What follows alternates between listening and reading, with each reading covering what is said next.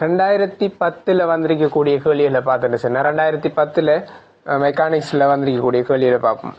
இதுல ஒரு சின்ன கேள்விகள் தான் வந்திருக்கு, இலகுவான கேள்வியெல்லாம் வந்திருக்கு. 2010 வரக்கூடிய முதலாவது கேள்வியை பார்த்துட்டு சொன்னா சடத்துவ திருப்பத்தின் பரிமாணங்கள். சடத்துவ திருப்பத்தின் பரிமாணம் என்ன கேள்விக்கிறார். சடத்துவ திருப்பத்தின் சமன்பாடு தெரியும், ஐ சமன், அதாவது இல்ல சடத்துவ திருப்பம் சமன் ஐ சமன் என்ன வரப்போகுது, எம் ஆர் வர்க்கம். எம்முக்கு என்ன திணிவு, திணிவுக்கு என்னது பரிமாணம் கேபிட்டல் எம், ஆர்ங்கிறது நீளம், அப்ப எல் வர்க்கம், எம் எல் வர்க்கம்ங்கிறது உங்களுக்கு விடையாக கிடைக்கும். அப்ப முதலாவது ஆன்சர் ஒன்று உங்களுக்கு விடையாக கிடைக்கும்.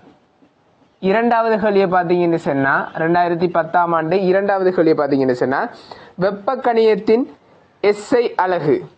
வெப்ப கணியத்தின் எஸ்ஐ அலகு பார்த்தீங்கன்னு சொன்னா என்ன வரப்போகுதுன்னு சொன்னா வெப்ப கணியம் செல்வோம், கியூங்கிறத தான் வெப்ப கணியமாக செல்வோம்.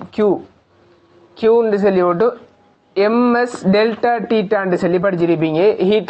ஹீட்ல வந்து படிச்சிருப்பீங்க வெப்ப கணியம் எம்எஸ் டெல்டா டீட்டான்னு சொல்லி படிச்சிருப்பீங்க. அப்ப இது வந்துகிட்டு ஒரு சக்தியை தான் குறிக்குது. சக்தியை குறிக்கிறதுங்கிறதால இது வந்து சக்தியை குறிக்கிறதால இதுட அலகு எஸ்ஐ அலகு ஜூலில் செல்லுவோம். இது என்னது ஜூல்ல செல்லுவோம். கெண்டலான்னு சொல்றது. அடுத்தது இது 5வது ஆன்சராக கொடுத்திருக்கிற கெண்டலாங்கிறது. மற்ற விடைகளை பார்த்தோன்னு சொன்னா 5வது ஆன்சராக கொடுத்திருக்கிற கெண்டலாங்கிறது ஒளிச்செறிவின் அழகாக இருக்க போகுது.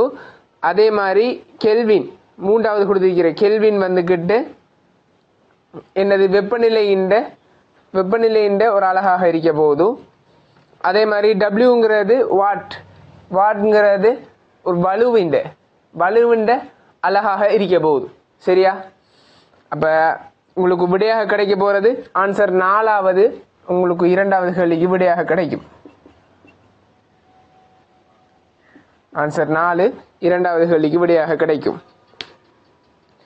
அடுத்த கேள்வியை பார்த்தீங்கன்னு சொன்னா 8வது கேள்வி, ஒரு பொருளின் கோண வேகம் ஒமேகானது உருவில் காணப்படுகின்றவாறு நேரம் டி உடன் மாறுகின்றது எனின் நேரம் டி உடன் கோண இடப்பெயர்ச்சி டீட்டாவின் ஒத்த மாறலை மிகச்சிறந்த வகையில் வகை குறிப்பது.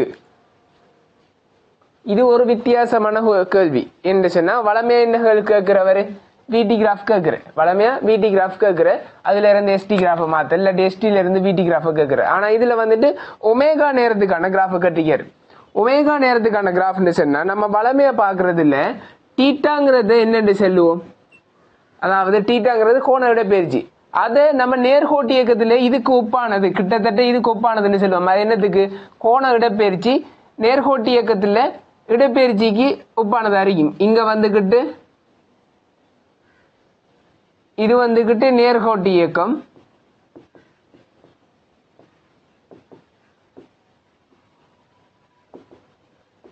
இது வந்துட்டு சுழற்சி இயக்கம்.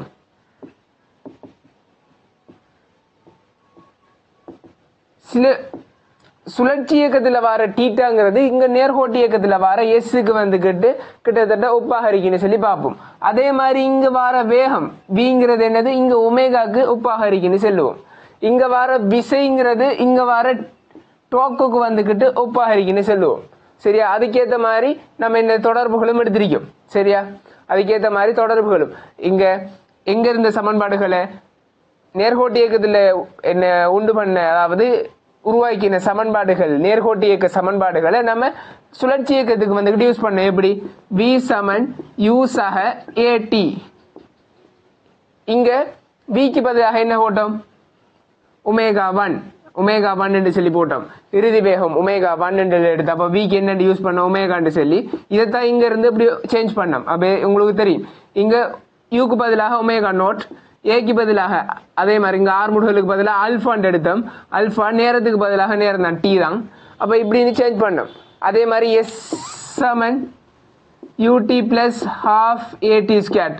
அதே மாதிரி இதுலயும் வந்துகிட்டு சேஞ்ச் பண்ணோம். எஸ்ஸுக்கு பதிலாக டீட்டா, யூக்கு பதிலாக omega naught T plus half, ஏக்கு பதிலாக அல்பா இன்டூ டி சொல்லி இப்படி சேஞ்ச் பண்ணோம். சரியா? அப்ப நேர்கோட்டு இயக்கத்துல இருக்கக்கூடிய சமன்பாடுகள் அம்பாட்டையும் நம்ம என்னது சுழற்சி இயக்கத்துக்கு வந்துட்டு சேஞ்ச் பண்ணோம். எப்படி? அதுல இருக்கக்கூடிய கணியங்கள் எல்லாம் கிட்டத்தட்ட ஒப்பானது மாதிரி தான். அப்ப அதுல இருந்துதான் என்னது உருவாக்கி எடுத்தோம். சரியா? அதே மாதிரி இங்க கிராஃப்ல கேட்டாலும் அதே இதுதான். ஒமேகா டி கிராஃப்ங்கிறது கிட்டத்தட்ட என்னத்தை செல்லுதுன்னா விடி கிராஃப் தான். ஒமேகா டி கிராஃப்ங்கிறது இப்படியான ஒரு ஒமேகா டி கிராஃப் ஒன்று தந்திருக்கிறானே, இது கிட்டத்தட்ட ஒரு விடி கிராஃபை தான் என்னது செல்லுது. இது என்னது விடி கிராஃபை தான் செல்லுது. ஒரு விடி கிராஃபை தான் செல்லுது. ஒரு விடி கிராஃப்ல இருந்து என்னது எஸ்டி கிராஃபை வந்து கட்டிருக்காரு. விடி கிராஃப்ல இருந்து என்னது கட்டிருக்காரு, எஸ்டி கிராஃபை கட்டிருக்காரு. அப்போ ஒரு விடி கிராஃப்ல இருந்து இந்த விடி கிராஃப்ல இருந்து எஸ்டி கிராஃப் எப்படி அதிகரிச்சுட்டே போகுது, நேரத்தோட என்ன செய்யுது அதிகரிச்சுட்டே போகுது. விடி கிராஃபின் படித்திறன் என்னத்தை தரும், விடி கிராஃபின் படித்திறன் என்னத்தை தரும், ஆர்முடுகள் படித்திறன் ஆர்முடுகள். அதுல பரப்பு என்னத்தை தரும், இடப்பெயர்ச்சி. பரப்பு இடப்பெயர்ச்சியையும் படித்திறன் ஆர்முடுகளையும் தரப்போகுது. சரியா? அப்ப இந்த இடத்துல பரப்பு நமக்கு தேவை. இப்ப பரப்பு என்ன செய்யுது அதிகரிச்சுட்டே போகுது, கூடிக்கிட்டே போகுது. அப்ப அதுக்குரிய எஸ்டி கிராஃப் எப்படி வர போகுது, எஸ்டி கிராஃப் இப்படியான ஒரு வளைகோடு என்ன செய்யணும் அதிகரிச்சுட்டே வரணும். டைமோட என்ன செய்யணும் அதிகரிச்சு, இதை விட என்ன செய்யுது இது கூடு, இதை விட இது கூட, இதை விட இது கூட, இதை விட இது கூட, அப்படியே என்ன செய்யுது கூடிக்கிட்டே போகுது. அப்ப இதுவும் என்ன செய்யுது அதிகரிச்சுக்கிட்டே வருது. அப்ப எஸ்டி கிராஃப் இப்படி வரும். அதே மாதிரி விடி கிராஃப் இது ஒமேகா டி வந்துகிட்டு ஒமேகா டி கிராஃப் வந்துகிட்டு கிட்டத்தட்ட விடி கிராஃபுக்கு சமண்ட மாதிரி. அப்ப எஸ்டி கிராஃப் எப்படி இருக்கணும், டீட்டா டி. எஸ் வந்துட்டு என்னதுக்கு கிட்டத்தட்ட எஸ்ங்கிறது நேர்கோட்டு இயக்கத்தில், எஸ்ங்கிறது சுழற்சி இயக்கத்தில், டீட்டாங்கிறது நம்ம ஒப்பாக எடுக்கும். அப்ப நான் இங்க எஸ்ஸுக்கு பதிலாக டீட்டா டி. அப்ப இங்க கோணவேகம் இப்படி அதிகரிச்சுட்டு போகுதுன்னா, கோணவேகம் இப்படி அதிகரிச்சுட்டு போகுதுன்னு சொன்னா, அதே மாதிரி இங்க டீட்டா எப்படி அதிகரிச்சுட்டு போகுது இப்படி ஆகுது. அப்ப ஒமேகாக்கான சமன்பாடு என்ன, ஒமேகா சமன் டீட்டாவோ டி, டீட்டாவோ டி. இங்க நீங்க சமன்பாடு உருவாக்கி பார்த்தாலும் இதே எக்ஸைஜில வச்சு பாத்தீங்கன்னு சொன்னா டீட்டாங்கிறது என்னது, இந்த இடத்துல இதை என்ன செஞ்சீங்கன்னு சொன்னா டீட்டாவை வயில வைங்க, உருவாக்கினீங்கன்னா டீட்டாவை வந்துகிட்டு வயில வச்சுட்டு அப்ப டீட்டா சமன் ஒமேகா இன்டு டி. அப்ப இது என்னது YH, இது வந்துகிட்டு XH. அப்ப இது என்னது படித்திறன். அப்ப டீட்டா டீட கிராஃப்ல படித்திறன். அப்ப இதுட படித்திறன் என்னத்தை தருண்டு சொன்னா, இதுட படித்திறன் என்னத்தை தருண்டு சொன்னா ஒமேகாவை தரும். இதுட படித்திறன் என்னத்தை தரும், ஒமேகாவை தரும். அப்ப இதுட படித்திறன் என்னத்தை தரும், ஒமேகா டீட படித்திறன் என்னத்தை தரும், அல்பாவை தரும். பரப்பு என்னத்தை தரும், டீட்டாவை தரும். இந்த பரப்பு இதுல பரப்பு என்னத்தை தந்திருக்குது அதிகரிச்சுட்டு போக இங்கேயும் என்ன செய்யுது அதிகரிச்சுக்கிட்டே போகுது. சரி, அப்ப இதுல பரப்பு என்னத்தை தருது, டீட்டா அதாவது டீட்டாவை தருது. படித்திறன் என்னது தருது, அல்பா தருது. இங்க பார்த்த மாதிரி தான் இங்க படித்திறன் அல்பா அதாவது ஆர்முடுகள் தருது. ஆர்முடுகள் அதுக்கு நேரம் என்ன இருக்கு அல்பா. சரியா? பரப்பு இங்க என்ன பரப்பு தருது, விடி கிராஃப்ல எஸ் இடப்பெயர்ச்சி தருது. அப்ப இங்க பரப்பு என்னது தருது, டீட்டாவை தருது. சரியா? எந்த ஒரு சேஞ்சும் இல்லை. விடி கிராஃபை தான் என்ன செய்யறாரு, விடி கிராஃப்ல கொஞ்சத்தை சேஞ்ச் பண்ணிட்டு அதாவது ஒமேகா டி கிராஃப்னு சொல்லி தந்து அதை கொஞ்சம் கொள்ள பிரிக்காரு. அவ்வளோதான் டிஃபரெண்ட். அதாவது ஒமேகா டி கிராஃபா அல்பா டி கிராஃபா என்ன கிராஃப் வந்தாலும் அது என்னது நேர்கோட்டு இயக்கத்தில் இருக்கிற கிராஃபுக்கு ஒப்பானது தான். எப்படி தான் கிராஃப் வந்துட்டு சுழற்சி இயக்கத்தில் இருக்கக்கூடிய எப்படி கிராஃப் வந்து தந்தாலும் நீங்க என்னத்துக்கு பார்க்கணும், அதை நீங்க ஒரு நேர்கோட்டு இயக்கத்தில் இருக்கக்கூடிய கிராஃபுக்கு ஒப்பிட்டு அதுக்குரிய அந்த கணியத்துக்குரிய கிராஃபை நீங்க வரைஞ்சிட்டு அந்த கிராஃப் தான் என்னது சுழற்சி இயக்கத்தில் இருக்கக்கூடிய கிராஃபோட விடையாகவும் இருக்க போகுது. அப்ப இதுக்கு என்ன விடையாக வரும் உங்களுக்கு, 5வது ஆன்சராக கிடைக்க போகுது. சரியா? இப்ப அடுத்த கேள்விக்கு போகலாம். 2010ஆம் ஆண்டு வந்திருக்கக்கூடிய 9வது கேள்வி. குருதியை கொண்டு செல்கின்ற குறுக்கோட்டு பரப்பளவு 1 சென்டிமீட்டரை உடைய பெரும் நாடி ஒவ்வொன்றும் குறுக்கோட்டு பரப்பளவு 0.4 சென்டிமீட்டரை உடையதும் ஓர் அலகு நேரத்தில் சம கனவளவு குருதியை காவுகின்றதும் 18 சிறிய நாடிகளாக பிரிகின்றது. விகிதம் பெரிய நாடியில் உள்ள குருதியின் கதியின் கீழ் ஒரு சிறிய நாடியில் உள்ள குருதியின் கதி என்று சொல்லி கேட்டிருக்கார். என்ன நடக்குதுன்னு சொல்லி இதுல பார்ப்போம்.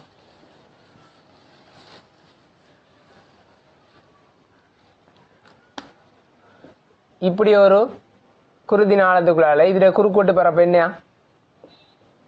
1 சென்டிமீட்டர் வர்க்கமா.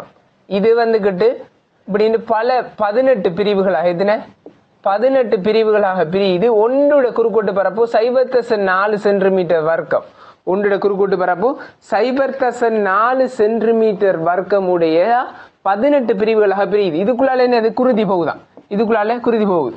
அப்ப இதுக்குள்ள ஒரு வேகத்துல போகும் V1 என்று சொல்லி எடுக்கணும். இதுக்குள்ளால ஒவ்வொன்றுக்குள்ளாலையும் என்னது வேற ஒரு வேகத்துல போகும். அப்ப இதுல V2 சொல்லி எடுத்துன்னா 18 குழாய்க்குள்ளையும் V2 எல்லாம் போக போகுது. அப்ப இதுக்குள்ளேயும் என்னது V2 குள்ளாம் போக போகுது. இதுக்குள்ளேயும் என்னது V2 குள்ளாம் போக போகுது. அப்ப ஒவ்வொரு குழாய்க்குள்ளையும் வேகம் எப்படி போக போகுது? ஒரே வேகமாகத்தான் இருக்க போகுது. ஒரே வேகமாகத்தான் இருக்க போகுது. ஆனால் வேகம் என்னது வித்தியாசமாக இருக்கும். இதுல V1 எடுத்துனா இதுல வேற வேகம் இருக்கும், இதுல வேற வேகம் இருக்க போகுது. அப்ப இங்க பாத்தீங்கன்னு சொன்னா உங்களுக்கு தெளிவான ஒரு இதோண்டு இருக்குது. இது என்னது ஒரு பாயில இப்படி வந்துகிட்டு கனவளவு பாய்ச்சல் வீதம் மாறினுச்சுன்னு சொன்னா வேற பல பிரிவுகளால பிரிஞ்சு போனிச்சுன்னா நீங்க உடனே போட வேண்டிய சமன்பாடு என்னது? தொடர்ச்சி சமன்பாடு போடுவீங்க. தொடர்ச்சி சமன்பாடு போடுவீங்க. எப்படி? A1 V1 சமன் A2 V2. A1 V1 சமன் A2 V2. சரியா?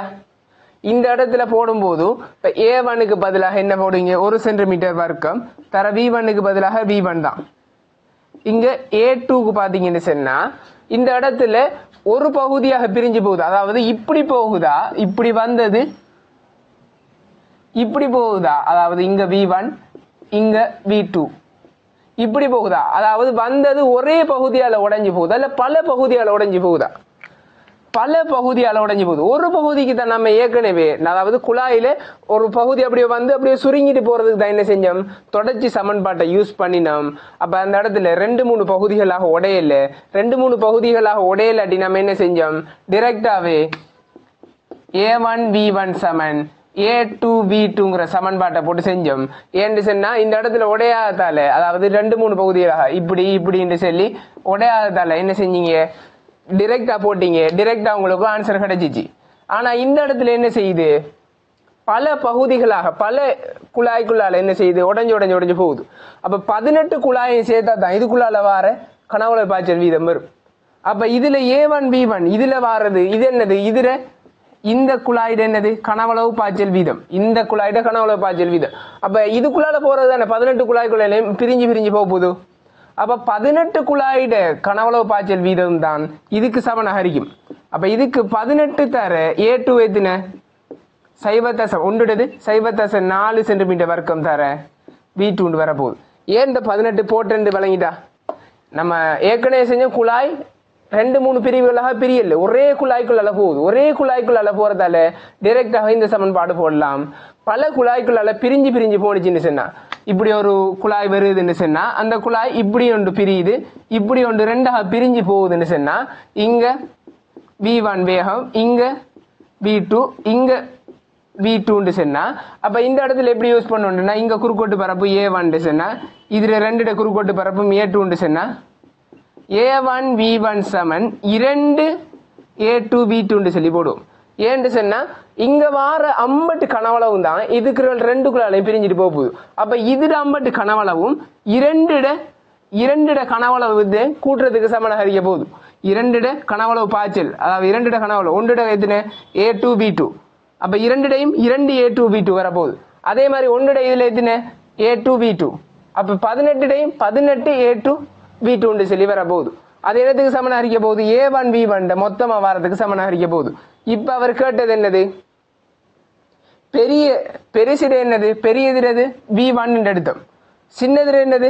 V2 சொல்லி எடுத்தோம். சின்னது V2 எடுத்தோம். அப்ப V1 கீழ் V2 தான் கேட்காரு.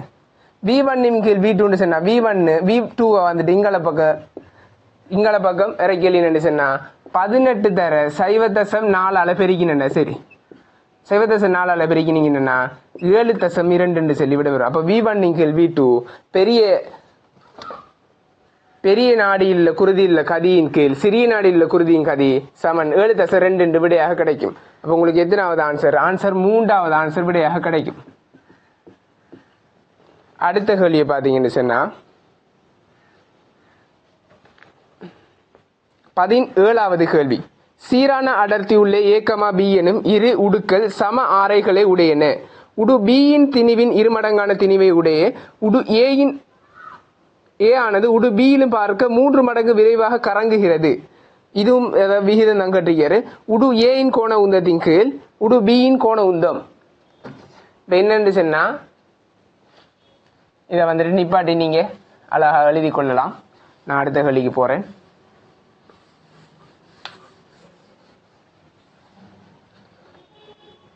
பதினேழாவது கேள்வி. இப்ப ரெண்டு வந்துகிட்டு, அதாவது 2 உடுக்கள் வந்துகிட்டு என்ன செய்தான், இது A என்று எடுக்கன், இது என்னது B என்று சொல்லி எடுக்கன், A என்று சொல்லி எடுக்கன், B என்று சொல்லி எடுக்கன்.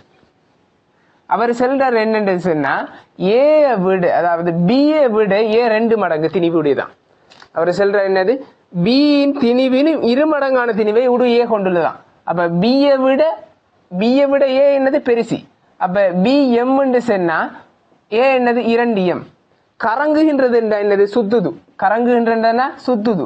B விட A 3 மடங்கு ஃபாஸ்ட் இல்ல சுத்துதான். B ஒமேகால சுத்துதுன்னு சொன்னா, B ஒமேகால சுத்துதுன்னா A 3 மடங்கு ஃபாஸ்ட் இல்ல 3 ஒமேகால சுத்துதான். அப்ப கோண உந்தத்துக்கான சமன்பாடு என்ன, கோண உந்தத்துக்கான சமன்பாடு L என்று போட்டேன்னா கோண உந்தம் சமன் I ஒமேகான்னு சொல்லும். கோண உந்தம் I ஒமேகான்னு சொல்லும். ஒரு சுழல், அதாவது ஒரு சுழலுகின்ற ஒரு பொருள்ற கோண உந்தம் I ஒமேகான்னு சொல்லி சொல்லுவோம். சரியா? அப்ப இதுல ஏட கோண உந்தத்தின் கீழ் B கோண உந்தம் தான் கேட்டிருக்காரு விகிதம். ஏட கோண உந்தம் என்ன, அதோட I என்ன? அதுக்கு முதல் ஐய பாக்குறதுக்கான ஒரு முறை இருக்கு. அதாவது சடத்துவ திருப்பம். ஐங்கிறது என்னது, ஐங்கிறது சடத்துவ திருப்பம், ஒமேகாங்கிறது கோண வேகம். சடத்துவ திருப்பம் எப்படி பாக்குற, M/r ஸ்கேட். இந்த இடத்துல சம ஆரைகளை உடையது. அப்ப இதுல ஆரையும் R தான், இதுல ஆரையும் R தான். அப்ப இந்த இடத்துல R செல்வாக்கு செலுத்துது. அப்ப M தான் செல்வாக்கு செலுத்துது. M தான் என்னது, செல்வாக்கு செலுத்துது. அப்ப இந்த இடத்துல M கூடினா I என்ன கூடும், அதாவது சடத்துவ திருப்பம் என்ன செய்யும், கூடும். அப்ப இங்க ஒரு M இருந்தா நான் ஒரு M ஹரிக்கிறதுக்கு சடத்துவ திருப்பம் I என்று சொல்லி எடுத்தேன் சொன்னா 2 M ஹரிக்கிறதுக்கு சடத்துவ திருப்பம் 2I என்று சொல்லி எடுக்க. அப்ப இந்த இடத்துல A இந்த கோண உந்தம் எப்படி வரப்போகுது, ஐக்கு பதில், அதாவது 2I இருக்குது. சடத்துவ திருப்பம் ஒமேகா எத்தனை, 3 ஒமேகா.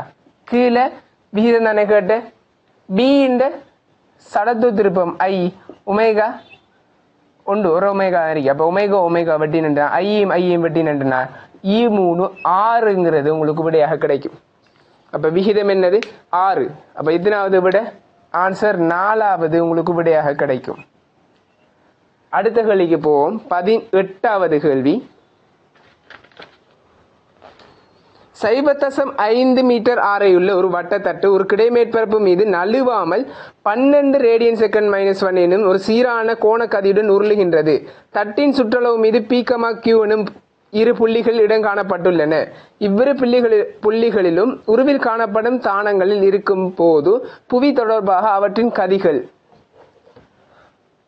இப்ப என்ன சொல்றாருன்னா 18வது கேள்வியில இப்படி ஒரு பொருள் என்ன சுத்திக்கிட்டு இருக்குதான். இப்படி பொருள் உண்டு ஒரு ரோட்ல வந்துகிட்டு ஒரு உருள் ஒன்று என்ன செய்து சுத்திக்கிட்டு போகுதுன்னு வச்சுக்கோங்க. உருள் ஒன்று என்ன செய்து ரொட்டேட் ஆகி சுத்தி, அதாவது நீங்க ஒரு உருளை ஒன்று தள்ளி விட்டுறீங்க, தள்ளிவிட்டா என்ன செய்யும், அது உருண்டு போகும் தானே. அப்ப உருண்டு போகுதுன்னு வச்சுக்கோங்க. அப்ப இந்த இடத்துல P புள்ளின்னு வைக்காரு, இந்த இடத்துல Q புள்ளின்னு சொல்லி என்ன ஒரு அடையாளம் மட்டும் வைக்காரு. அப்ப இந்த 2 அடையாளங்கள்ல சரியாக மையத்துக்கு நேரடி அந்த 2 அடையாளங்கள்ல வேகம், தொடலி வேகம் என்று கேட்காரு, தொடலி வேகம் என்று சொல்லி கேட்காரு. இப்ப இது வந்துகிட்டு இப்படி போகுதுன்னா இயங்குதுன்னு சொன்னா, இப்படி இயங்குதுன்னு சொன்னா மையத்தை நோக்கி, மையத்துல ஒரு வேகம் ஒன்று இருக்குமா இல்லையா, மையத்துல என்னது ஒரு வேகம் ஒன்று இருக்கும் தானே, இந்த மையத்துல ஒரு வேகம் ஒன்று தானே. அதாவது முன்னோக்கி போகணும்னா வேகம் இருந்தால் தான் முன்னோக்கி போகும், வேகம் இருந்தா தான் முன்னோக்கி போகும். வேகம் இருக்குன்னு சொன்னா ஒரு வேகம் ஒன்று இருக்கு, என்ன வேகம், மையத்துல ஒரு வேகம் ஒன்று இருக்கும், என்ன வேகம் சொன்னா அது R ஒமேகான்னு சொல்லி ஒரு வேகம் ஒன்று இருக்கு. B R ஒமேகான்னு சொல்லி ஒரு வேகம் ஒன்று இருக்க போகுது. இப்ப இது சுத்துறதால ஒரு பொருள் வந்துகிட்டு இப்படி சுத்தினுச்சுன்னு சொன்னா அதுல தொடலி வழியை இப்படி வேகம் தொழிப்பட போகுது. இந்த புள்ளி எடுத்தீங்கன்னு சொன்னா இப்படி இருக்க போகுது வேகம். இந்த இடத்துல இப்படி சரியாக கிடையாக இருக்கும், இந்த இடத்துல இப்படி இருக்க போகுது, இந்த இடத்துல இப்படி இருக்க போகுது, இந்த இடத்துல இப்படி இருக்க போகுது. சரியா? அப்ப இது வந்துகிட்டு சுத்தக்குள்ள எப்படி இருக்க போகுது? இந்த இடத்துல இந்த புள்ளியில எடுத்தீங்கன்னா இந்த பக்கம் தானே ரொட்டேட் ஆகுது. இந்த பக்கம் ரொட்டேட் ஆனிச்சுன்னா இங்க பாருங்க எந்த பக்கம் இருக்கி தொடலி வேகம், இந்த பக்கம் என்னது? சரியாக இந்த பக்கம் என்னது? இதுல ஆர் என்னது? ஆர் என்ன கோண வேகத்துல சுத்துது? ஒமேகா கோண வேகத்துல. ஆரை இதுல வட்டத்து இதுல உருளையிட ஆரை என்னது? ஆர். அதுல சுத்துற கோண வேகம் ஒமேகான்னு சொன்னா அப்ப இதுல தொடலிக்கு அது என்ன ஹரிக்க போகுது? ஆர் ஒமேகா ஹரிக்க போகுது. அப்ப இப்படி சுத்தக்கொள்ள இந்த இடத்துல என்னது? அதுல இந்த இடத்துல அதுல கோண வேகம் எப்படி இருக்க போகுது? சாரி, இந்த இடத்துல அதுல தொடலிக்கு அது எப்படி இருக்க போகுது? ஆர் ஒமேகா ஹரிக்க போகுது. சரியா? இப்ப இன்னொரு விஷயம் ஒன்று இருக்குது. இன்னொரு விஷயம் இருக்குது என்னன்னு சொன்னா, ஒரு பொருள் உருளுதுன்னு சொன்னா இப்படியான என்னது இரண்டு விஷயங்கள், அதாவது தொடலி திசையில வந்துகிட்டு என்னது வேகங்கள், தொடலி திசையில வேகங்கள் இருக்க போகுது. இது வந்துகிட்டு என்னது அந்த பொருள் இயங்குதுன்னு சொன்னா மையத்துல ஒரு வேகம் ஒன்று. இந்த மையத்துல தொழிற்படுற வேகம் எல்லா இடத்துலயும் இருக்குமா இல்லையா? ஒரு ஒரு சொலிட் ஒன்று எடுத்தீங்கன்னு சொன்னா, ஒரு திண்மம் ஒன்று எடுத்தீங்கன்னு சொன்னா, இப்படி ஒரு திண்மம் இருக்குன்னு சொன்னா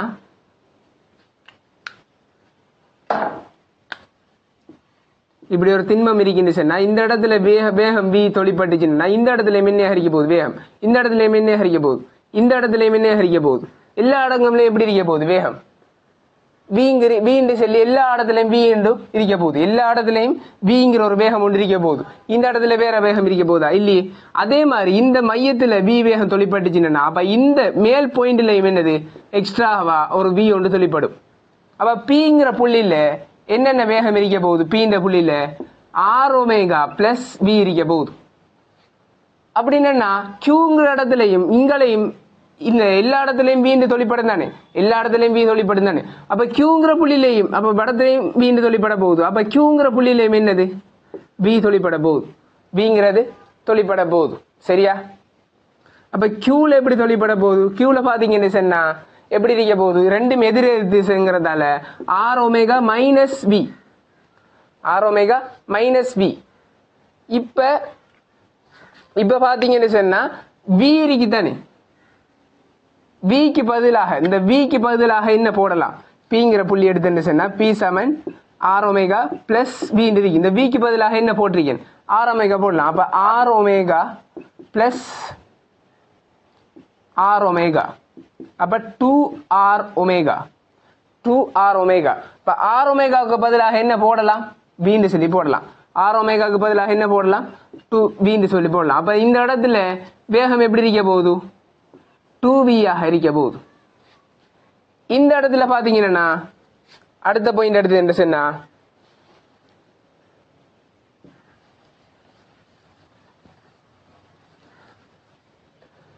கியூங்கிற பாயிண்ட் எடுத்து என்ன சொன்னா கியூ சமன் ஆர் ஒமேகா மைனஸ் வி. விக்கு பதிலாக என்ன போடலாம்?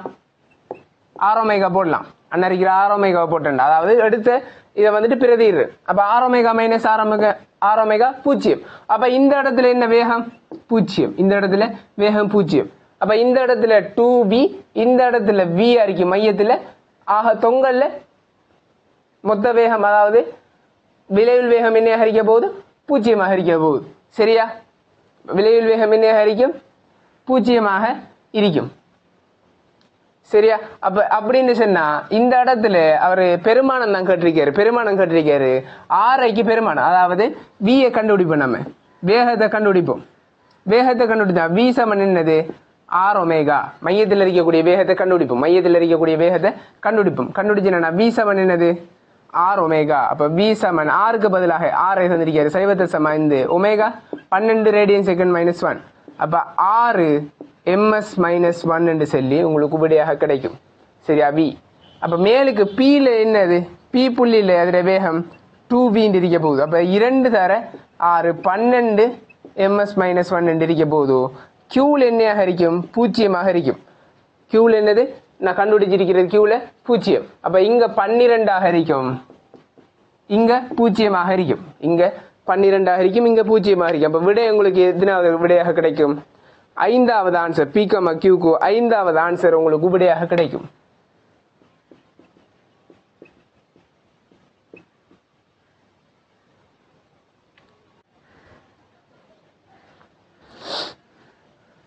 அப்ப இந்த இடத்துல பாத்தீங்கன்னு சொன்னா இந்த ஆரோமேகாண்டு கண்டுபிடிச்சிக்கீங்களா, தொடலி திசையில போட்டிருக்கீங்களா, இதெல்லாம் என்னது தொடலி வேகத்தால, அதாவது தொடலி திசையில தொழிப்படுற வேகம், தொடலி திசையில தொழிப்படுற வேகம், அதாவது ஒமேகா ஒன்று இருக்கிறதால சுழல்றதால தொடலி திசையில என்னது ஒரு வேகம் ஒன்று வரும்.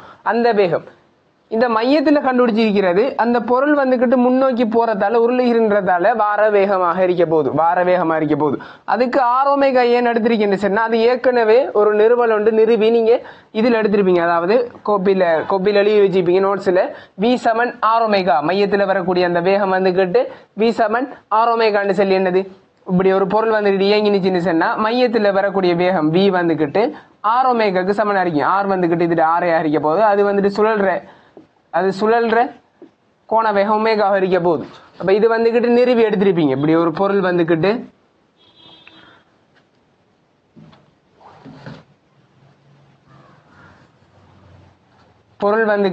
கொஞ்ச தூரம் இப்படி வந்து இந்த புள்ளி எடுத்து, அதாவது இந்த புள்ளி வந்துகிட்டு வந்த இடப்பெயர்ச்சியை வச்சு, இந்த புள்ளி வந்துகிட்டு வந்த இடப்பெயர்ச்சியை வச்சு என்ன செய்வீங்க, இதை நிறுவி எடுப்பீங்க.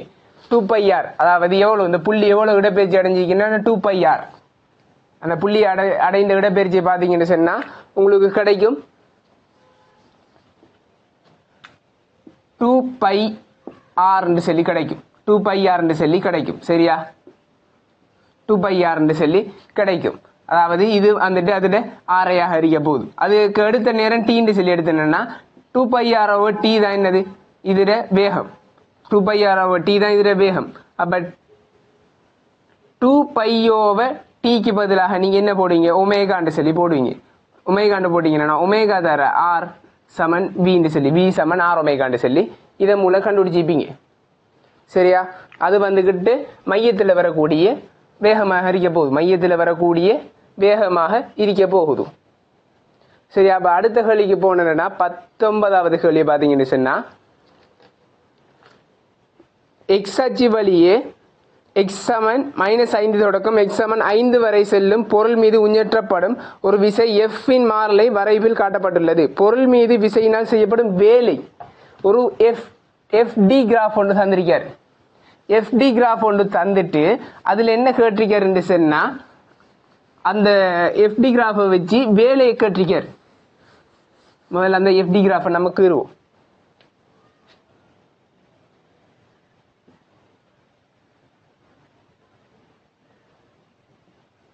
இந்த இடத்துல 10, இந்த இடத்துல 5, இந்த இடத்துல 0, இந்த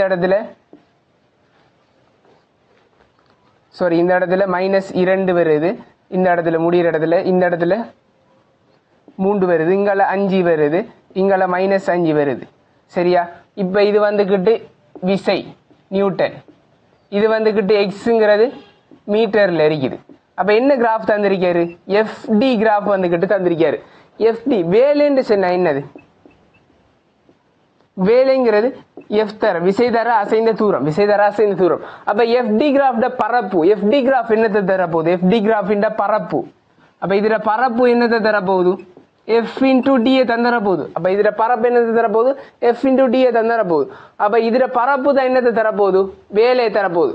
அப்ப இதுல பரப்பை டிரெக்டா கண்டுபிடிச்சு. சரியானே, அதாவது இது விசையும் மீட்டர் தந்திருக்கிறதால இதுல ரெண்டையும் பெருக்கினு சொன்னா என்ன வரப்போகுது, F into D வேலை வரப்போகுது. அப்ப இந்த ரெண்டையும் பெருக்கினா வேலைன்னா, அப்ப இதுல பரப்பும் என்னது வேலையை தரப்போகுது. ரெண்டையும் பெருக்கினா வேலை தருதுங்கிறதால அப்ப இதுல பரப்பும் வேலை தரப்போகுது. அப்ப இந்த எக்ஸோட ஆக்குகின்ற பரப்பு, எக்ஸுடன் ஆக்குகின்ற பரப்பை பாத்தீங்கன்னா அதான் என்னையாக இருக்க போகுது, இதுல வேலையாக இருக்க போகுது.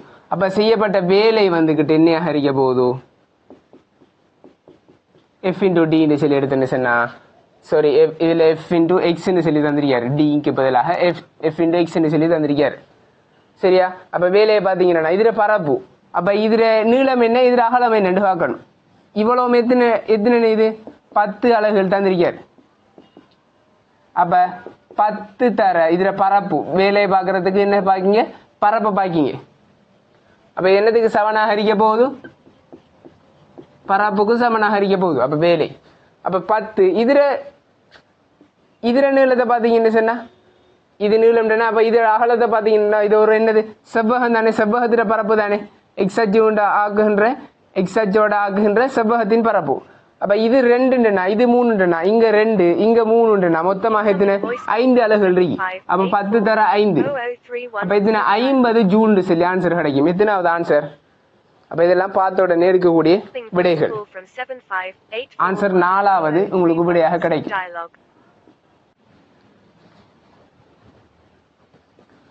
அடுத்த கேள்வியாக பாருங்க. 2010ஆம் ஆண்டு வந்திருக்கக்கூடிய 20வது கேள்வி. 20வது கேள்வி ஒரு நல்ல ஒரு கான்செப்டாக வந்திருக்கக்கூடிய ஒரு கேள்வி உண்டு. என்னென்னு பாத்தீங்கன்னா, உருவில் காணப்படுகின்றவாறு ஒரு லொரியின் கிடைத்தள படுக்கையில் ஃப்ளோர் பெட் திணிவு 50 கிலோகிராம் உடைய ஒரு பெட்டி ஏ வைக்கப்பட்டுள்ளது.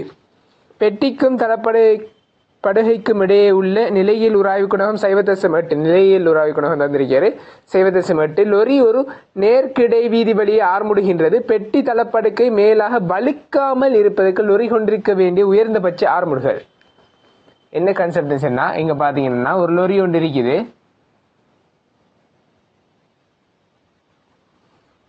ஒரு லொரி ஒன்று இருக்குது. இந்த லொரிக்கு மேல ஒரு பெட்டி இருக்குது. இது ஒரு ஆர்முடுகள்ல போகுதா? என்னது ஒரு ஏங்கிற ஒரு ஆர்முடுகள் எடுங்க. இந்த ஒரு ஆர்முடுகள்ல போகக்குள்ள இந்த பெட்டி என்ன செய்ய போதாதான் வலிக்கு இந்த பக்கம் போகுமா உழுமா, இல்ல இந்த பக்கம் கொண்டு உழுமா? இந்த இங்கள பக்கம் தானே உழ போகுது. இங்கள பக்கம் உழ போகுதுன்னு சொன்னா இந்த பெட்டி என்ன செய்ய போகுது? வலிக்கு கொண்டு உழ போறாதான். அப்ப இருக்கக்கூடிய உலாம மட்டுமட்டாக அந்த உலாம இருக்கக்குள்ள, அதாவது உலாம இருக்கிறதுன்னா உலாம இருக்கக்குள்ள என்னது சமநிலையில இருக்குது. இந்த பக்கம் விசை இந்த பக்கம் சமனாக இருந்துச்சுன்னா அது உலாம அப்படி ஒரு சமநிலையில இருக்கும். அப்ப என்ன செய்யும்? 2 பக்கம் இப்படி குற்றி இருக்குன்னு சொன்னா இந்த பக்கம் ஒரு விசை இருக்கும், இந்த பக்கம் ஒரு விசை. 2 பக்கம் விசைகள் சமனாக இருக்கும் போது என்னது? அது சமநிலையில் இருக்க போகுது. அப்ப உயர்ந்தபட்ச ஒரு ஆர்முடுகள்ல சமநிலையில் இருக்காம், வலுக்காம சமநிலையில் இருக்காம். அப்ப என்ன ஆர்முடுகள்னு சொல்லி கேட்காரு. இதுக்கு முதல் நமக்கு ஒரு விஷயம் தெரியணும். இப்படி கொண்டு வலிக்கு கொண்டு உழுவுதுன்னா இந்த குற்றில எப்படி உராய்வு விசை தாக்கும்? சிலாக்கள் நினைக்கலாம் இப்படி உராய்வு விசை தாக்குன்னு சொல்லி நினைக்கலாம். இது பிழையானது. இப்படி உராய்வு விசை தாக்காது. ஏன் இப்படி விசை தாக்காதுன்னு சொன்னா இந்த பக்கம் என்ன செய்ய போகுது? வலிக்கு கொண்டு விழப்போகுது. அப்ப வலிக்கு கொண்டு விழப்போகுதுன்னு சொன்னா அந்த சார்பு இயக்கத்தை எதிர்க்கிற மாதிரி தான் எப்பயுமே என்ன இருக்க போகுது? உராய்வு இருக்க போகுது. அப்ப இந்த பக்கம் தான் என்னது? உராய்வு இருக்க போகுது. அப்ப சார்பு இயக்கத்தை எதிர்க்கணும். அப்ப இந்த பக்கம் என்னது? வலிக்குது. லொரிக்கு மேல இப்படி இருக்குன்னு சொன்னா இப்படி வலிக்கிட்டு போகுது. இந்த பக்கம் ஆரம்பிடுதுன்னு சொன்னா இதுல இருந்து அப்படியே வலிக்கு கொண்டு உலாம இருக்கிறதுக்கு எப்படி என்ன செய்யும்? அதுல உராய்வு தொழிற்படும். இப்ப அதே மாதிரி இங்க ஒரு சாய்தளம் ஒன்று இருக்குன்னு சொன்னா சாய்தளத்துல இப்படி ஒரு பொருள் ஒன்று வச்சிங்கன்னு சொன்னா இப்படி வலிக்கு கொண்டு உள்ள போகக்குள்ள எப்படி பிடிக்கும் உராய்வு விசை? இந்த பக்கம் தானே. அப்ப இந்த பக்கம் வலிக்கு கொண்டு உள்ள போவதுக்குள்ள இந்த பக்கம் தானே உராய்வு விசை ஒன்று தொழிற்பட போகுது. இந்த பக்கம் தானே உராய்வு விசை தொழிற்பட போகுது. அப்ப எஃப் வந்துகிட்டு பிடிக்க போகுது. அப்ப எஃப் சமன் என்னையாக இருக்க போகுது? மியூ ஆர் ஹரிக்க போகுது. இந்த மியூ என்னையாக ஹரிக்க போகுது? நிலையில் உராய்வு குணகம். ஏன் நிலையில் உராய்வு குணகம் இந்த இடத்துல வருதுன்னு சொன்னா இந்த இடத்துல மேக்சிமம் பாயிண்ட், அதாவது என்னது உயர்ந்தபட்ச ஆர்முடுகள்ல போகக்குள்ள நிலையியல் தன்மை தான் கொண்டிருப்பாரு. எப்படின்னா இப்ப உராய்வு விசை கிராஃப் நமக்கு தெரியும். உராய்வு விசைன்னா வலுக்காம இருக்கணும்னா இயக்கவியல் வராது. வலிக்கிருச்சுன்னா இயக்கவியல். அப்ப வலுக்காம சொன்னா இயக்கவியல் வராது. அப்ப மேக்சிமம் எல்லையும் வராட்டி அப்ப நிலையியலுக்குரிய பகுதி மட்டும்தான் வரப்போகுது. சரி, அப்ப மியூ இது வரப்போகுது. இதுல மரதாக்கம் வந்துகிட்டு எப்படி இருக்க போகுது? ஆர் எப்படி இருக்க போகுது? கீழுக்கு எம்ஜி இருக்க போகுது. மேல் நோக்கி கீழ் நோக்கி விசை சமனாக இருக்கும். ஏன் மேல் நோக்கிய விசை கீழ் நோக்கிய விசை சமனாக இருக்கிறதுக்கான காரணம் வேற எந்த விசையும் தொழிற்படல. அப்ப ஆர் சமன் எம் எத்தனை? 50 கிலோகிராமாம், ஜி 10. அப்ப 500 நியூட்டன் சொல்லி உங்களுக்கு மருதாக்கம் கிடைக்க போகுது. அப்ப மியூ வந்துகிட்டு என்ன தந்திருக்காரு? 0.8 தர 500 பெருக்கினீங்கன்னா 400 நியூட்டன் சொல்லி உங்களுக்கு உராய்வு விசை கிடைக்கும். உராய்வு விசையோட பருமன் வந்துகிட்டு 400 நியூட்டன். சரியா? இப்ப இது என்னது? வலிக்கு கொண்டு இப்படி என்ன செய்ய போகுது? விழ போகுது. வலிக்கு கொண்டு இப்படி விழ போறத உராய்வு விசை வந்துகிட்டு என்னது? பிடிச்சிக்கிட்டு இருக்காரு. உராய்வு விசை வந்துகிட்டு பிடிச்சிருக்காரு. இப்ப கேட்காரு, அவரு என்ன செய்யறாரு? ஓய்வில் இருக்காரா அந்த வண்டி? இல்ல, ஆர்முடுகிறாரு. இப்ப ஒரு ஆர்முடுகள்ல போகக்கல அது வந்துகிட்டு என்ன செய்ய போதும்? ஆறுமுடுகள்ல போகக்கல அந்த ஆறுமுடுகள்ல போகக்கல வலிக்கு கொண்டு உள்ளாம. அப்ப எந்த ஒரு உயர் ஆறுமுடுகள்ல போகல இவர் வலிக்கு கொண்டு உள்ளாம இருப்பார் என்று சொல்லி கேட்காரு. எந்த ஒரு உயர் ஆறுமுடுகள்ல போகல வலிக்கு, இப்ப வலிக்கு கொண்டு உள்ளாம இருக்கிறேன்னு சொன்னா இப்ப இந்த பக்கம் அந்த குற்றியில எஃப்ங்கிற ஒரு விசரிக்கு. அப்ப ஒரு உயர் ஆறுமுடுகள் ஒன்று கிடைக்கும் போது அது வலிக்கு கொண்டு உள்ளாம இருக்கணும்னா வலிக்கு கொண்டு உள்ளாம இருக்கணும்னா ரெண்டு பக்கம் சரியாக சமனான விசைகள் என்ன தொழிற்படணும். இங்க உராய் விசை மட்டும்தான் தொழிற்படுது, உராய் விசை மட்டும்தான் இந்த பெட்டியில் தொழிற்படுது. அப்ப இங்களையும் ஒரு விசை தொழிற்பட்டா மட்டும்தான் என்னது, இங்களையும் ஒரு விசை தொழிற்பட்டா மட்டும்தான் சமநிலையில் இருக்கும். உங்களுக்கு என்ன வலிக்கு கொண்டு இல்லாம அப்படி ஒரு சமநிலையில உறுதியாக அப்படி இருக்க போகுது. அப்ப மட்டுமட்டாக அந்த சமநிலையில் இருக்கும் போது அது உயர் ஆர்முடுகளாக இருக்கும். அது என்னது, உயர் ஆர்முடுகளாக இருக்கும். அப்ப அந்த ஆறுமுடுகளை எப்படி கண்டுபிடிப்போம்? இந்த இடத்துல என்ன விசை தொழிற்படுது, இங்கள பக்கம் என்ன விசை தொழிற்படுது எனக்கு தெரியும். இங்கள பக்கம் உராய்வு விசைக்கு சமனான ஒரு விசை ஒன்று தொழிற்பட போகுது. உராய்வு அப்ப அதாவது சமநிலையில் இருக்கின்றா இந்த விசைக்கு சமனான ஒரு கேபிட்டல் எஃப் எடுக்கணும். கேபிட்டல் எஃப்ங்கிற ஒரு விசை ஒன்று தொழிற்பட போகுது.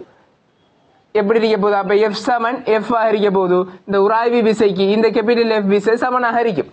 அப்ப சமநிலையில் அந்த மட்டுமட்டாக சமநிலையில் இருக்க போது உயர் ஆர்முடுகள் இருக்கும். அப்ப இந்த எனக்கு தேவை என்னது, இந்த கேபிட்டல் எஃப் என்னங்கிறது தேவை. கேபிட்டல் எஃப் என்னன்னு சொல்லி கண்டுபிடிக்க சொன்னா நமக்கு சடத்துவ விசை வந்துகிட்டு தெரியணும், சூடோ ஃபோர்ஸ் வந்துகிட்டு தெரியணும். இப்ப இது ஆறுமுடுகுது சரியா, படத்துல ஒரு ஆள் நிக்காரு, இந்த ஆறுமுடுகள் அவர் ஆறுமுடுகள் 0.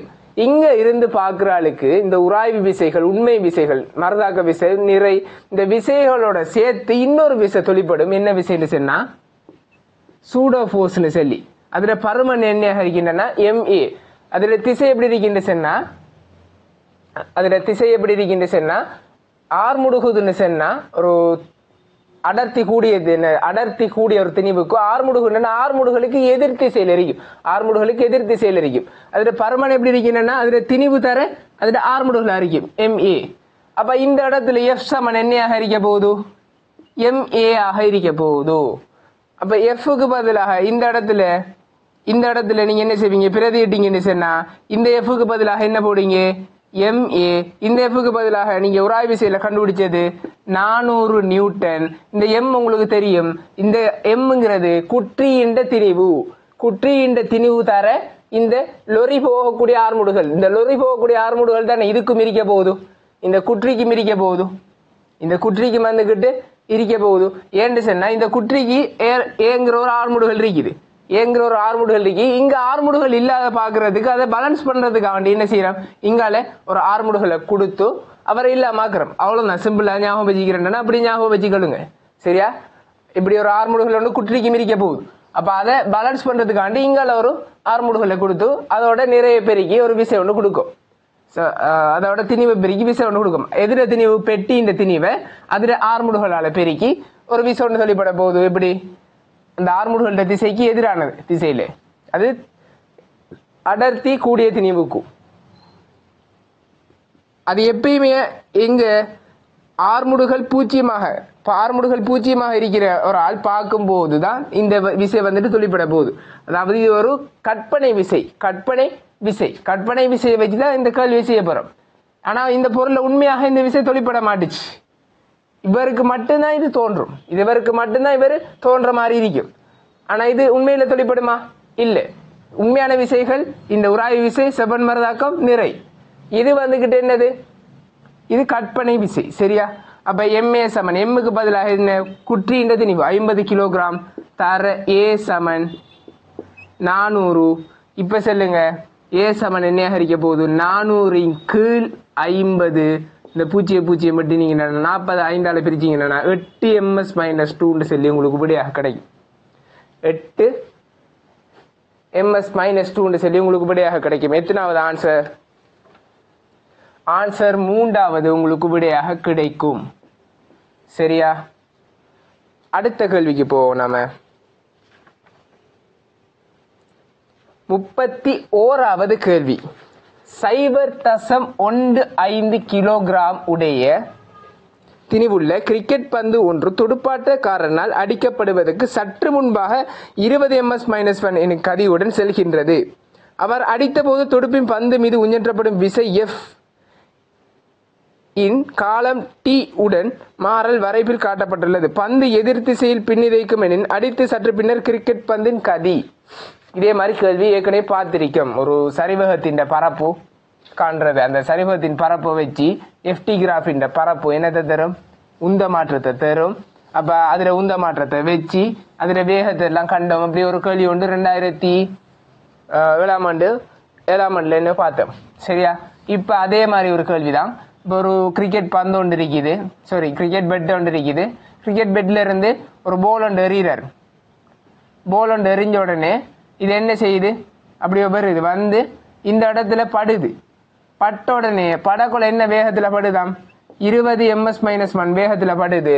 படக்குள்ள இதான் கிரிக்கெட் பெட்டுன்னு சொன்னா, இதான் என்னது? கிரிக்கெட் பெட்டுன்னா இந்த இடத்துல ஒரு விசை ஒன்று கொடுக்கப்பட்டிருக்கும். அது ஒரு குறிப்பிட்ட சின்ன நேரத்துல கொடுக்கப்பட்டிருக்கும். அந்த கிராஃபை வந்துகிட்டு அவர் தாரார். அந்த கிராஃபை என்ன செய்யறாரு? அவர் தாரார். இப்படியான ஒரு கிராஃப். அந்த குறிப்பிட்ட நேரத்துக்கு கொடுக்கப்பட்ட விசை 13,500 நியூட்டனும் நேரம் 0.001 செகண்டாகவும் இருக்குது.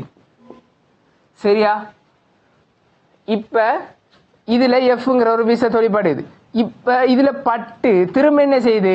அந்த போல் இப்படி பின்னுதைக்குது. அப்ப என்ன வேகத்துல? விங்கிற ஒரு வேகத்துல என்ன செய்யுது? பின்னுதைக்குது. அது என்ன வேகம்னு தெரியாது, அதான் கண்டுபிடிக்கணும். இப்ப பாத்தீங்கன்னு சொன்னா அதங்காட்டிலும் தொழிற்பட்டது எஃப்ங்கிற விசை தொழிற்பட்டிருக்கு. இதுல படக்குள்ள எஃப்ங்கிற விசை வந்துகிட்டு என்ன செஞ்சிருக்கு? கொடுக்கப்பட்டிருக்குது. அது எவ்வளவு? குறிப்பிட்ட சின்ன ஒரு டைம்ல என்ன செய்யுது? நடக்குது. அப்ப டி நேரம் சொல்லி எடுக்கணும். அப்ப நீங்க கணத்தாக்கு விசைக்கான சமன்பாடு போறீங்க எப்படி? F×T அந்த விசை தர அது குறிப்பிட்ட நேரத்தை எடுத்த நேரம் தர சமன் அங்கால உந்த மாற்றத்துக்கு சமன் அறிக்கும். இறுதி உந்தம் M×V மைனஸ்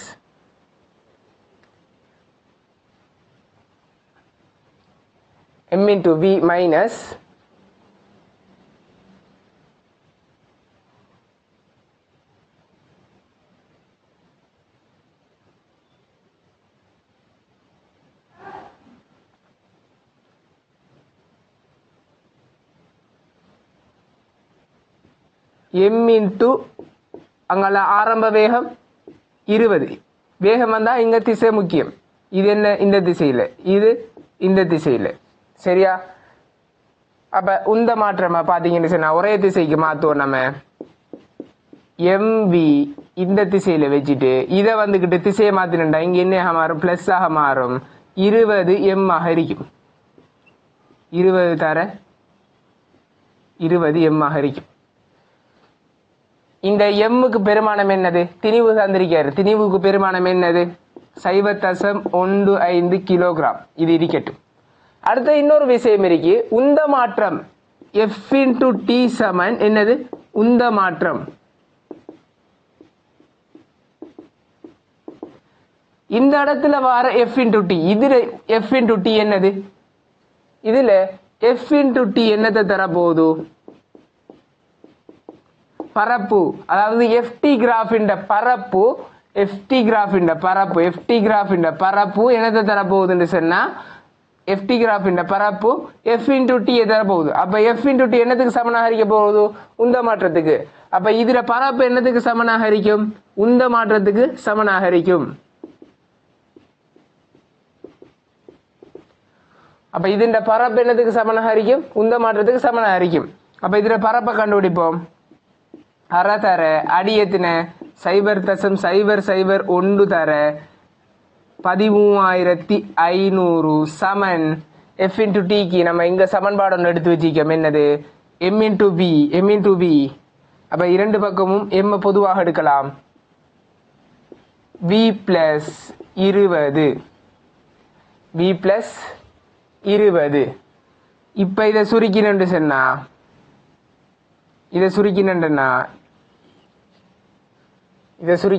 என்ன வர போகுதுன்னு சொன்னா 3 அதாவது இங்க 3 தானம் தள்ளி இவ்விடத்துல இது வைக்கலாம், தசம் வைக்கலாம். அப்ப இது பெருக்கப்பட்டுச்சுன்னு சொன்னா 13.5/2 இந்த 3 தானம் இங்க வந்துட்டு தள்ளி தசம் வச்சிருக்கேன். சரியா? சமன் என்னத்துக்கு சமனா இருக்கும்? இங்க 0.15 v plus 20.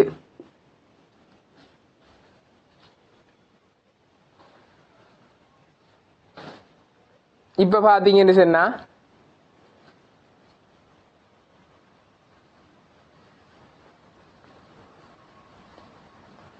இப்ப இதை சுருக்கி எடுத்தா சரி விட வரும்.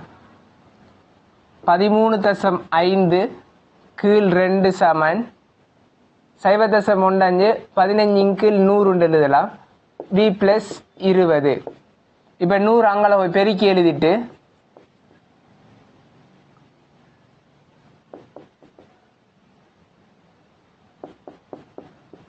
பதினஞ்சு பிரிச்சு எழுதுறேன். சமன் v plus 20.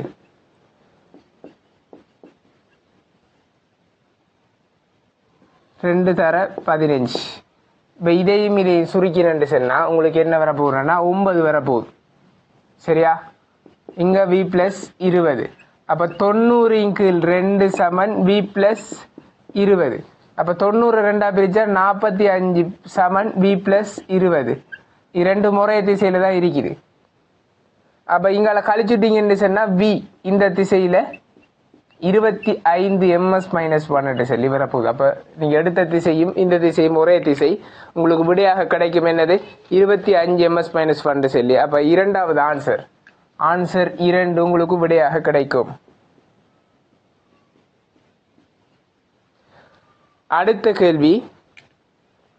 அடுத்த கேள்வியாக வந்திருக்கிறது 32வது கேள்வி. 32வது கேள்வி ஒரு சடத்துவ திருப்பம் சம்பந்தப்பட்டது.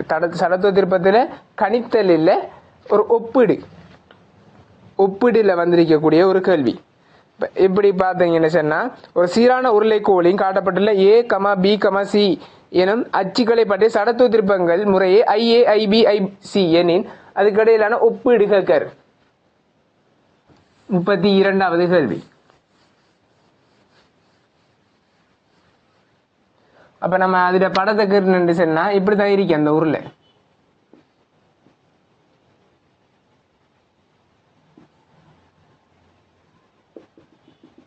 இந்த கோடை B என்று சொல்றாரு, இந்த கோடை A என்று சொல்றாரு, இந்த கோடை C என்று சொல்றாரு. முதலாவது ஒரு சடத்துவ திருப்பம் பார்க்கும் போது ரெண்டு விஷயம் இருக்கு. I சமன் mr ஸ்கேட். முதலாவது திணிவுங்க கோல எல்லாத்துக்கும் வந்துகிட்டு திணிவு, இந்த கோல்ற திணிவு மாறல. ரெண்டு பொருளுக்கு பார்க்க சொல்லல, ஒரு பொருளுக்கு தான் அச்சு பற்றி பார்க்க சொல்றாரு. ஒரு பொருளுக்கு தான் அச்சு பற்றி. அப்ப ஒரு பொருள் திணிவு எப்பயுமே என்ன செய்யல, மாறல. ரெண்டு பொருளுக்கெல்லாம் திணிவு வந்துட்டு மாறுதா மாறல என்று பார்க்கணும். இப்ப இப்படி ஒரு பொருள் தாராரு, இன்னும் ஒன்று தாராரு, ஒரு சதுரம் தாராரு. அப்ப இதுல திணிவு m1, இதுல திணிவு m2 சொன்னா திணிவு மாறுது. அப்ப திணிவுலையும் பார்க்கணும். அப்ப இதுல திணிவு என்ன செய்யல, திணிவுங்கிறது சம்பந்தப்படல. ஏன்னு சொன்னா ஒரே ஒரு பொருள் தான். திணிவு என்ன செய்யல, அச்சு எப்படிதான் மாறினாலும் திணிவு என்ன செய்ய போறது இல்ல, மாற போறது இல்ல. அப்ப இரண்டு பொருட்களுக்கு, மூன்று பொருட்களுக்கு, நான்கு பொருட்களுக்கு அப்படி கேட்கக்குள்ள என்ன செய்ய போகுது, திணிவையும் பார்க்கணும். அடுத்தது ஆர் வர்க்கம்னு சொன்னா அந்த திணிவு பரம்பி இருக்கும் தூரம், அந்த திணிவு பரம்பி இருக்கின்ற தூரம். இப்ப இந்த அச்சுப்பாட்டு எடுத்தீங்கன்னா திணிவு பரம்பல் எவ்வளவு பாத்தீங்க, இந்த இங்களவிலிருந்து இவ்வளவு தூரம் தான், இதுல இருந்து இவ்வளவு தூரம் தான். அப்ப இங்க புள்ளி துணி ஒன்று எடுத்தேன்னா வடத்திரையே புள்ளி துணி ஒன்று எடுத்தேன்னா இவ்வளவு தூரங்கள் தான் என்ன செஞ்சிருக்கி, பரம்பிருக்கி. ஐஏ பாத்தீங்கன்னா ஆக சின்ன அளவுக்கு தான் திணிவு பரம்பு இருக்குது. பிஏ பாத்தீங்கன்னு சொன்னா பி எவ்வளவுக்கும் இங்கள பக்கம் இவ்வளவுக்கும், இங்கள பக்கம் இவ்வளவுக்கும் என்ன செஞ்சிருக்கி, பரம்பு இருக்குது. இங்கள பக்கம் ரெண்டும் சம அளவாக இதை விட இந்த அம்புக்குறியை விட இது கொஞ்சம் நீளம் தானே, இது கொஞ்சம் நீளம் தானே. இந்த அம்புக்குறியோட ஐஏ விட ஐபியோட நீளத்தை பாருங்க. திணிவு இந்த இடத்துல டொட்டு வச்சிங்கன்னு சொன்னா, இந்த இடத்துல ஒரு திணிவு ஒன்று வச்சிங்கன்னு சொன்னா இவ்வளவு நீளத்துக்கு என்னது, திணிவு பரம்பிருக்கு. திணிவு எல்லாம் இவ்வளவு இதுக்குள்ள எல்லாம் என்னது, திணிவு இருக்கு. அப்ப திணிவு வளர்ச்சி பரம்பிருக்கு. அப்ப திணிவு பரம்பல் கூடுங்கிறதால திணிவு பரம்பல் கூடினுச்சுன்னா ஐ என்ன செய்யும், கூடும். திணிவு பரம்பல் குறைஞ்சிச்சுன்னு சொன்னா ஐ என்ன செய்யும்? குறையும். இப்ப இதை விட ஐயோட திணிவு பரம்பலை விட ஐபியோட திணிவு எங்கது? பரம்பி இருக்கிற தூரம். திணிவு பரம்பி இருக்கிற தூரம் கூடங்கிறதால ஐபி என்ன செய்ய போகுது? பெருசா இருக்க போகுது ஐஏ விட. சிஏ பாருங்க, சிஏ பாத்தீங்கன்னா இந்த இடத்துல ஒரு அதே இடத்துல புள்ளி வச்சிங்கன்னு சொன்னா எவ்வளவு தூரம்? பிஏ விட தூரத்துல இருக்குது. சி பிஏ விட தூரத்தில் இருக்கு. அந்த அச்சு பற்றி பார்க்கக்குள்ள சுழலக்குள்ள பிஏ விட என்னது? தூரத்தில் இருக்கு. பிஏ விட தூரத்தில் இருக்குது. பிஏ விட இங்கள பக்கம் பார்க்கக்குள்ள சின்னதாக இருந்தாலும் ஆனா இன்னொரு பக்கம் மத்த பக்கம் பார்க்கக்குள்ள புள்ளியில பிஏ விட என்னது? பிஏ விட பெருசாக இருக்கு. திணிவு பரம்பல் திணிவு கூட, அதாவது திணிவு கூட இல்ல, திணிவு பரம்பி இருக்கிற நீளம் வந்துகிட்டு என்னது? திணிவு பரம்பி இருக்கிற நீளம் என்ன இருக்குது? கூட இருக்குது. அப்ப திணிவு பரம்பல் கூடினுச்சுன்னா, திணிவு பரம்பல்ங்கிறது திணிவு இருக்கக்கூடிய இடங்கள், திணிவு இருக்கக்கூடிய, அதாவது திணிவு பரம்பி இருக்கக்கூடிய, திணிவு வந்துட்டு அந்த கோல் ஃபுல்லா பரம்பி இருக்குதானே, இந்த அச்சில இருந்து திணிவு பரம்பி இருக்கக்கூடிய நீளம், திணிவு பரம்பி இருக்கக்கூடிய நீளம் கூட இருக்கிறதால பியோட இவ்வளவு நீளம் தான் பரம்பி இருக்குது. சீல இவ்வளவு நீளம் பரம்பி இருக்கிறதால சீல திணிவு பரம்பலுக்கான நீளம் கூடுங்கிறதால அப்ப பியை விட என்னது? சிக்கு திணிவு பரம்பல் கூட. அப்ப நீங்க சொல்லலாம் ஐசிக்கு கூட ஐபியை விட, ஐசிக்கு கூட ஐபியை விட, ஐபிக்கு கூட ஐஏ விட. அப்ப மொத்தமாக இப்படியான ஒரு கோவம் வரப்போகுது. ஆக பெருசி ஐசி, திரிவு பரம்பல் அதுக்கு தான் கூட, அடுத்தது ஐபி, அடுத்தது ஐஏ ஆக சின்னோண்டு, அடுத்து அதோட கொஞ்சம் பெருசி, அடுத்து ஆக பெருசி. அப்ப உங்களுக்கு விடையாக என்ன கிடைக்கும்? பார்த்த உடனே இரண்டாவது ஆன்சர் உங்களுக்கு சரியான ஆன்சர் அறிக்கை, மற்ற ஆன்சர் எல்லாம் பிள்ளையா அறிக்கை. ரெண்டும் மூணாவது பாத்தீங்கன்னா ஐபிஎம் ஐசியும் சமனா வருமா? ஐபிஎம் ஐசியும் சமனா இருக்கா? நீளத்தை பாருங்க, சமனா இருக்கா? இல்ல. அப்ப உங்களுக்கு ஆன்சர் என்ன? இரண்டாவது என்று சொல்லி பார்த்த உடனே செல்லக்கூடிய மாதிரி ஆன்சர் 2. அடுத்தது 33வது கேள்வி. 33வது ஒரு ஹைட்ரோல வரக்கூடிய ஒரு கேள்வி உண்டு.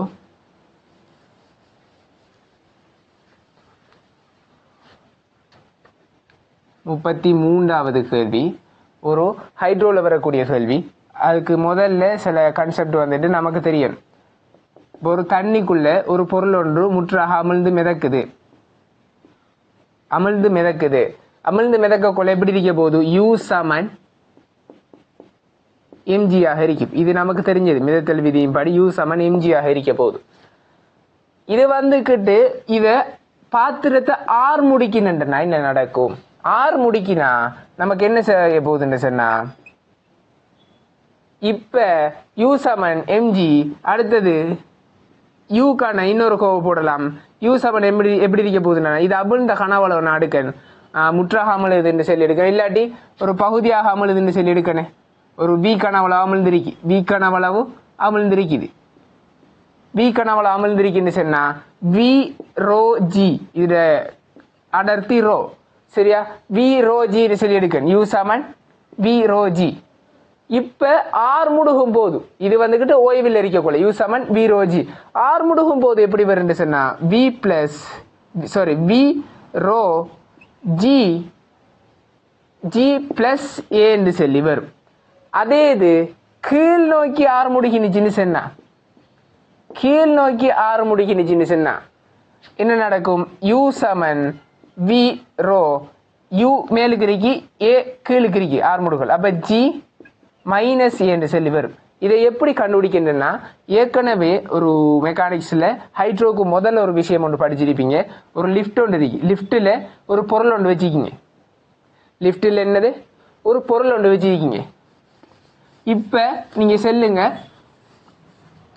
லிஃப்ட்ல ஒரு பொருள் ஒன்று வச்சுக்கக்குள்ள இப்படி அதுல செவன் மரதாக்கம் தொழிற்பட போகுது, இப்படி எம்ஜி தொழிற்பட போகுது. அதே சமயத்துல இப்படி ஆறு முடுகுதுன்னு வச்சுக்கோங்க. லிஃப்ட் ஆறு முடுகினுச்சுன்னா இதுக்கான இயக்க சமன்பாடு எப்படி போடுவீங்க? எப்படி போடுவீங்க? ஆர் மைனஸ் எம்ஜி சமன் எம்ஏ என்று சொல்லி போடுவீங்க. இப்ப ஆர் சமன் எம்ஜி பிளஸ் எம்ஏ, கடைசியாக ஆர் சமன் எம் ஜி பிளஸ் ஏ. அப்ப ஏற்கனவே ஓய்வில் இருக்கக்குள்ள அதே இது ஓய்வில் இருக்கும்போது ஆறுமுடுகையும் இல்லை, ஒன்றும் செய்ய இல்லை. ஓய்வில் இருக்கக்குள்ள குற்றி ஓய்வில் இருக்கக்குள்ள குற்றி ஓய்வில் இருக்கக்குள்ள ஆறுமுடுகல்ல ஆர் சமன் எம்ஜி. அப்ப மருதாக்கம் எம்ஜியாக இருந்தது. இப்ப என்ன செய்யுது? ஆறுமுடுகனுடனே ஜி பிளஸ் ஏ மாறுது. அதே மாதிரிதான் இங்க எம்ஜி எப்பயுமே நிறைய எப்பயுமே மாற போறது இல்லை. அடுத்து வரக்கூடிய விசைகள் இங்க மருதாக்கம் எம்ஜி பிளஸ் ஏ மாறின மாதிரி இங்க மேலுதைப்பு எப்படி மாறுது? ஜி பிளஸ் ஏ வீரோ ஜி பிளஸ் ஏன்னு மாறுது. அதே இது அமர் முடுகக்குள்ள அதே மாதிரி வரும். இங்கேயும் நீங்க குற்றி வந்துகிட்டு குற்றி இப்படி இருக்கக்குள்ள ஆர் எம்ஜி இருக்கக்குள்ள அமர் முடிகின்னுச்சுன்னா அமர் முடிகின்னுச்சுன்னா அதுக்கான ஒரு கோவண்டு போட்டிருப்பீங்க. எப்படி? ஆர் சமன் எம்ஜி மைனஸ் ஆர் சமன் எம்ஏ. இப்ப சொல்லுங்க ஆர் சமன் என்ன எழுதிருப்பீங்க? எம் ஜி மைனஸ் ஏ.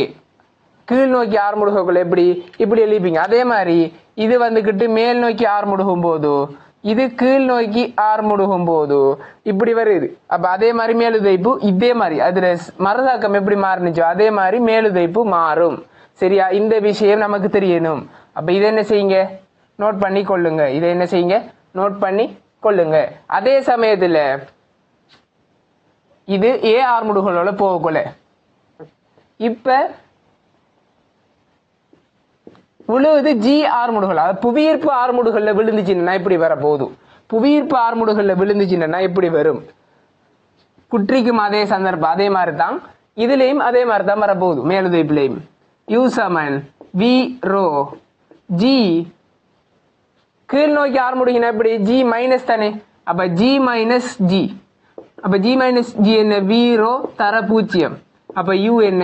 0. மேலுதைப்பு 0 ஆயிரும். மேலுதைப்பு என்ன ஆயிரும்? அப்ப கீழ் நோக்கி விளக்குள்ள மேலுதைப்பு என்ன செய்யும்? 0 ஆயிரும். மேலுதைப்பு 0 ஆயிரும். அதாவது புவியீர்ப்பு கீழ் விளக்குள்ள பாத்திரம் என்ன செய்யும்? புவியீர்ப்பின் கீழ் ஒரு பொருள் விழுந்துச்சுன்னு சொன்னா அதுக்குள்ள இருக்கக்கூடிய புவியீர்ப்பின் கீழ் ஒரு பொருள் விளக்குள்ள அதுல இருக்கக்கூடிய மேலுதைப்பு என்னையும் 0 மாறும். சரியா? இந்த கான்செப்டை வந்துகிட்டு நோட் பண்ணி கொள்ளுங்க. அந்த கான்செப்டை வச்சுதான் இந்த கேள்வி செய்ய போறோம். இப்ப இவர் கேட்ட கேள்வியை பாத்தீங்கன்னு சொன்னா என்ன கேள்வின்னா 33வது கேள்வியை பாத்தீங்கன்னு சொன்னா மர சதுரமுகி ஒன்று உருவில் காணப்படுகின்றவாறு ஒரு முகவையில் உள்ள நீரில் மிதக்கின்றது. நேரம் t சமன் 0. நேரம் t சமன் 0 ஓய்விலிருந்து முகவை கீழ்முக திசையில் மாறா ஆர்முடுகளுடன் இயங்க தொடங்கின்றது. அதாவது கீழ் நோக்கி ஆர்முடுகளோட மாற ஆர்முடுகள் மாறல இயங்க தொடங்கின்றது. சதுரமுகியின் நீரில் அமிழ்ந்துள்ள பகுதியின் கனவளவு.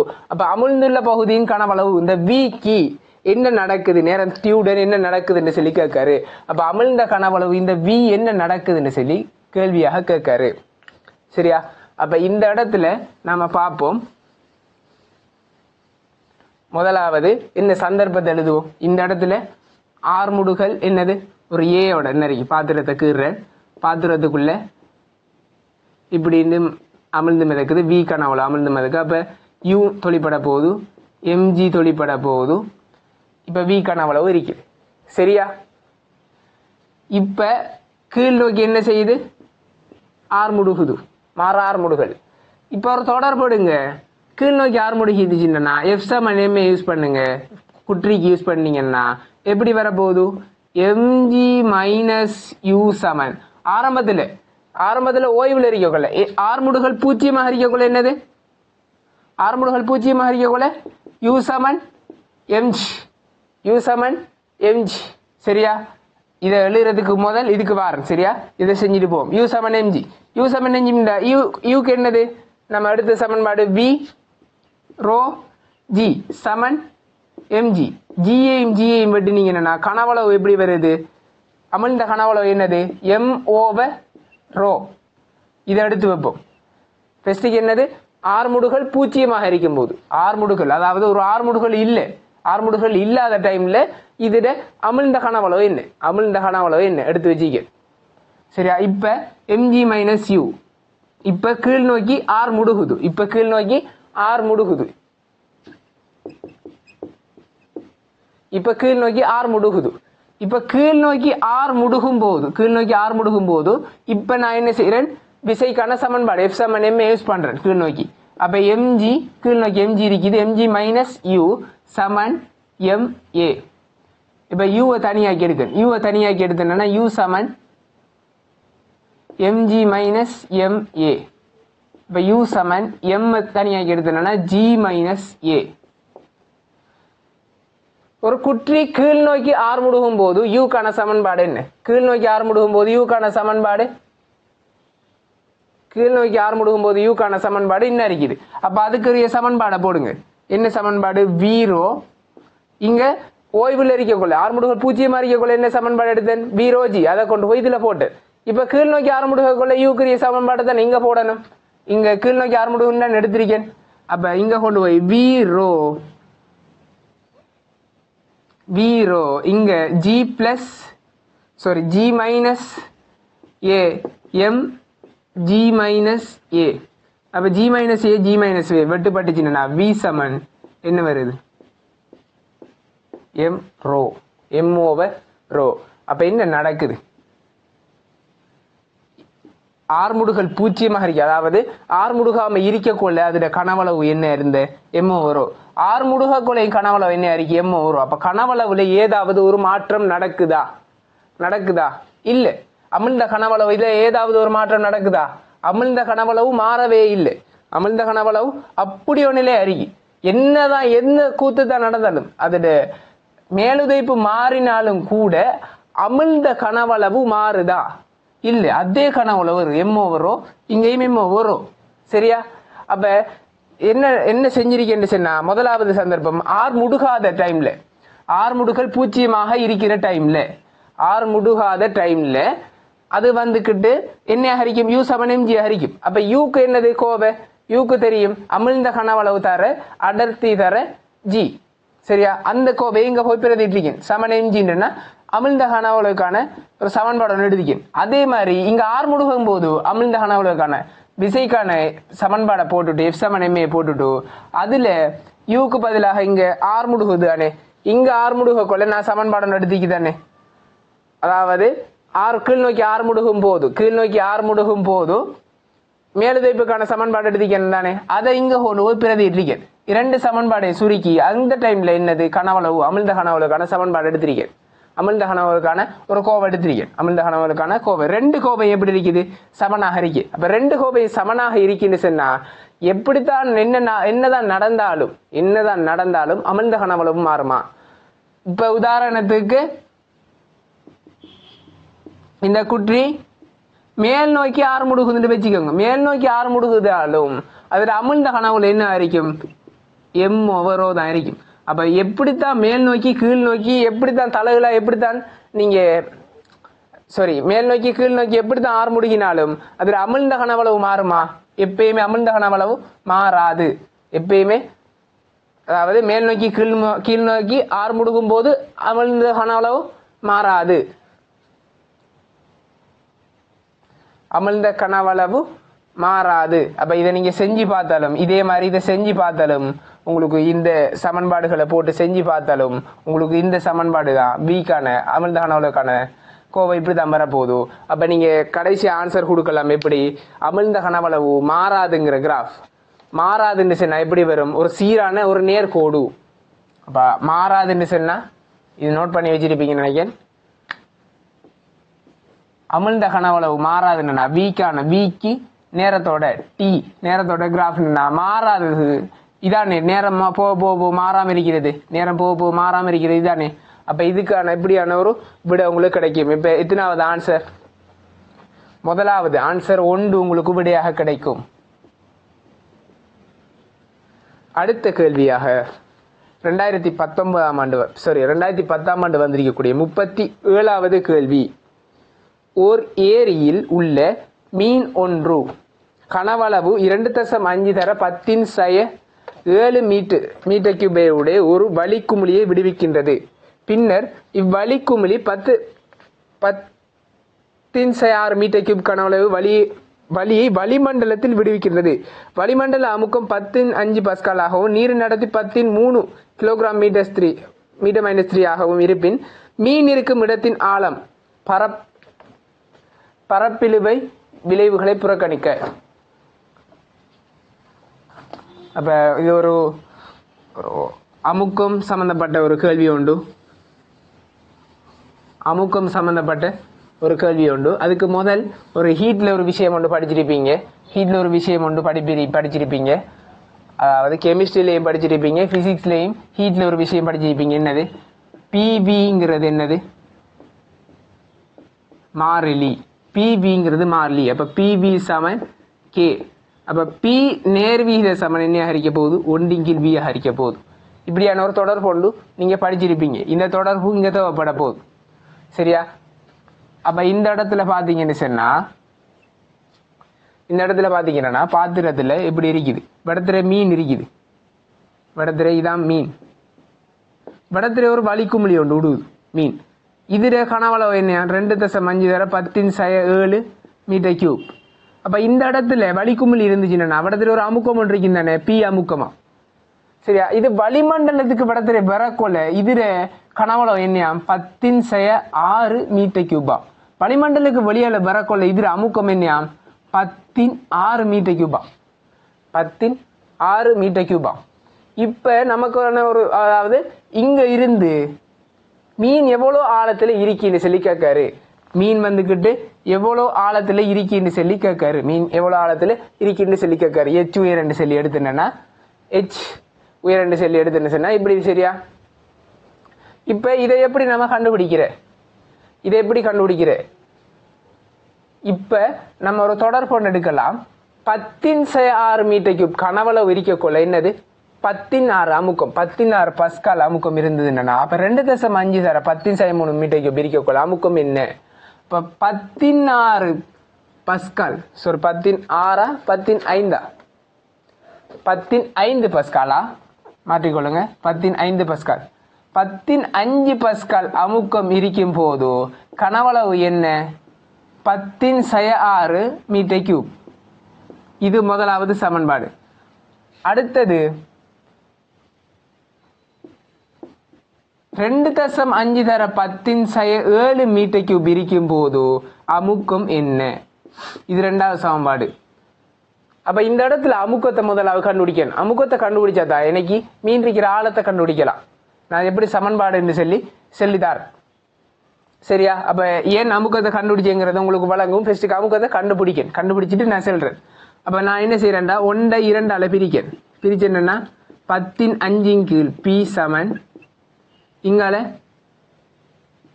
1/10⁶ பிரிக்கக்குள்ள பெருக்கலாக மாற்றுவோம். மாத்தினா 2.5 10⁻⁷ மேலுக்கு வரப்போகுது. 10⁻⁷ இங்க 10⁻⁷. இப்போ ⁻1 மிச்சமாக இருக்க போகுது. அப்ப பி சமன் குறுக்கு பெருக்க செஞ்சீங்கன்னா பி சமன் 10⁵ 2.5 10⁻⁴. அப்ப உங்களுக்கு 16 இந்த 10⁻1 மேலுக்கு போனிச்சுன்னா 16 மாறும். 2.5 சொல்லி வரும். பி சமன் 16 2.5 சொல்லி வரும் அமுக்கம். இன்னும் சுருக்கினீங்க என்னன்னா, சரியான விட எடுக்கிறேன்னா இன்னும் சுருக்கினீங்க என்ன சொன்னா 16 எப்படி எழுதலான்னு சொன்னா 10⁻15 எழுதலாம். அப்ப 16 தானே. 2.5 இந்த 2.5 10 சுருக்கினா 4 முறை வரும். அப்ப பி சமன் உங்களுக்கு அமுக்கம் கிடைக்கும்.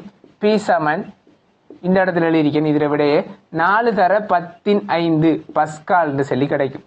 4⁻15 பஸ்கால். இந்த இடத்துல அமுக்கம் என்ன? 4⁻15 பஸ்கால் அமுக்கம். சரியா? அப்ப ஒரு புள்ளியில இந்த விஷயம் உங்களுக்கு தெரியும். ஒரு தண்ணி இருக்குன்னு சொன்னா வடத்துல ஒரு புள்ளியில அமுக்கத்தை கேட்டா நீங்க எப்படி எழுவீங்க? இவ்வளவு எச் ஆழத்துல இருக்குன்னு சொன்னா இந்த இடத்துல வளிமண்டல அமுக்கம் பை இருக்குன்னு சொன்னா இந்த இடத்துல அமுக்கத்தை கேட்டா எப்படி எழுதுவீங்க? பி சமன் இந்த pi plus h rho g எழுதுவீங்க. பி சமன் பை பிளஸ் என்ன எழுதுவீங்க? h rho g சரியா? அப்ப என்ன எழுதுவீங்க? இந்த இடத்துல அமுக்கத்தை கட்ட என்ன செய்வீங்க? பை பிளஸ் பையோட சேர்த்து h rho g எழுதுவீங்க. இல்லாட்டி இன்னொரு மெத்தட்ல எழுதுவீங்க. பி சமன் பை பிளஸ் h ன்னு சொல்லி எழுதுவீங்க. பை பிளஸ் h ன்னு சொல்லி எழுதுவீங்க. பை பிளஸ் h ன்னு சொன்னா என்ன அர்த்தம்னு சொன்னா இந்த ஹங்கிறது அமுக்கத்தை தான் குறிக்க போகுது. பைங்கிறது என்னது? அமுக்கம்னு சொன்னா உதாரணத்துக்கு என்ன அமுக்கம்னு சொன்னா ஒரு மீட்டர்ல இப்ப அமுக்கத்தை எப்படி எழுதுறேன்னா ஹங்கிறதுக்கு 10 மீட்டர் H2O சொன்னா 10 மீட்டர் H2Oக்குள்ள இது என்னது? ஒரு அமுக்கத்தை தான் குறிக்குது. இது ஒரு அமுக்கத்தை தான் குறிக்குது. அப்ப ஒரு நீளத்துல அமுக்கத்தை செல்லுவோம். நீளத்துல வந்துகிட்டு அமுக்கத்தை செல்லுவோம். அப்ப 1 மீட்டருங்கிறதையும் ஒரு அமுக்கத்துல நம்ம செல்லலாம். இப்ப அதை வந்துட்டு பார்ப்போம் எப்படின்னு சொன்னா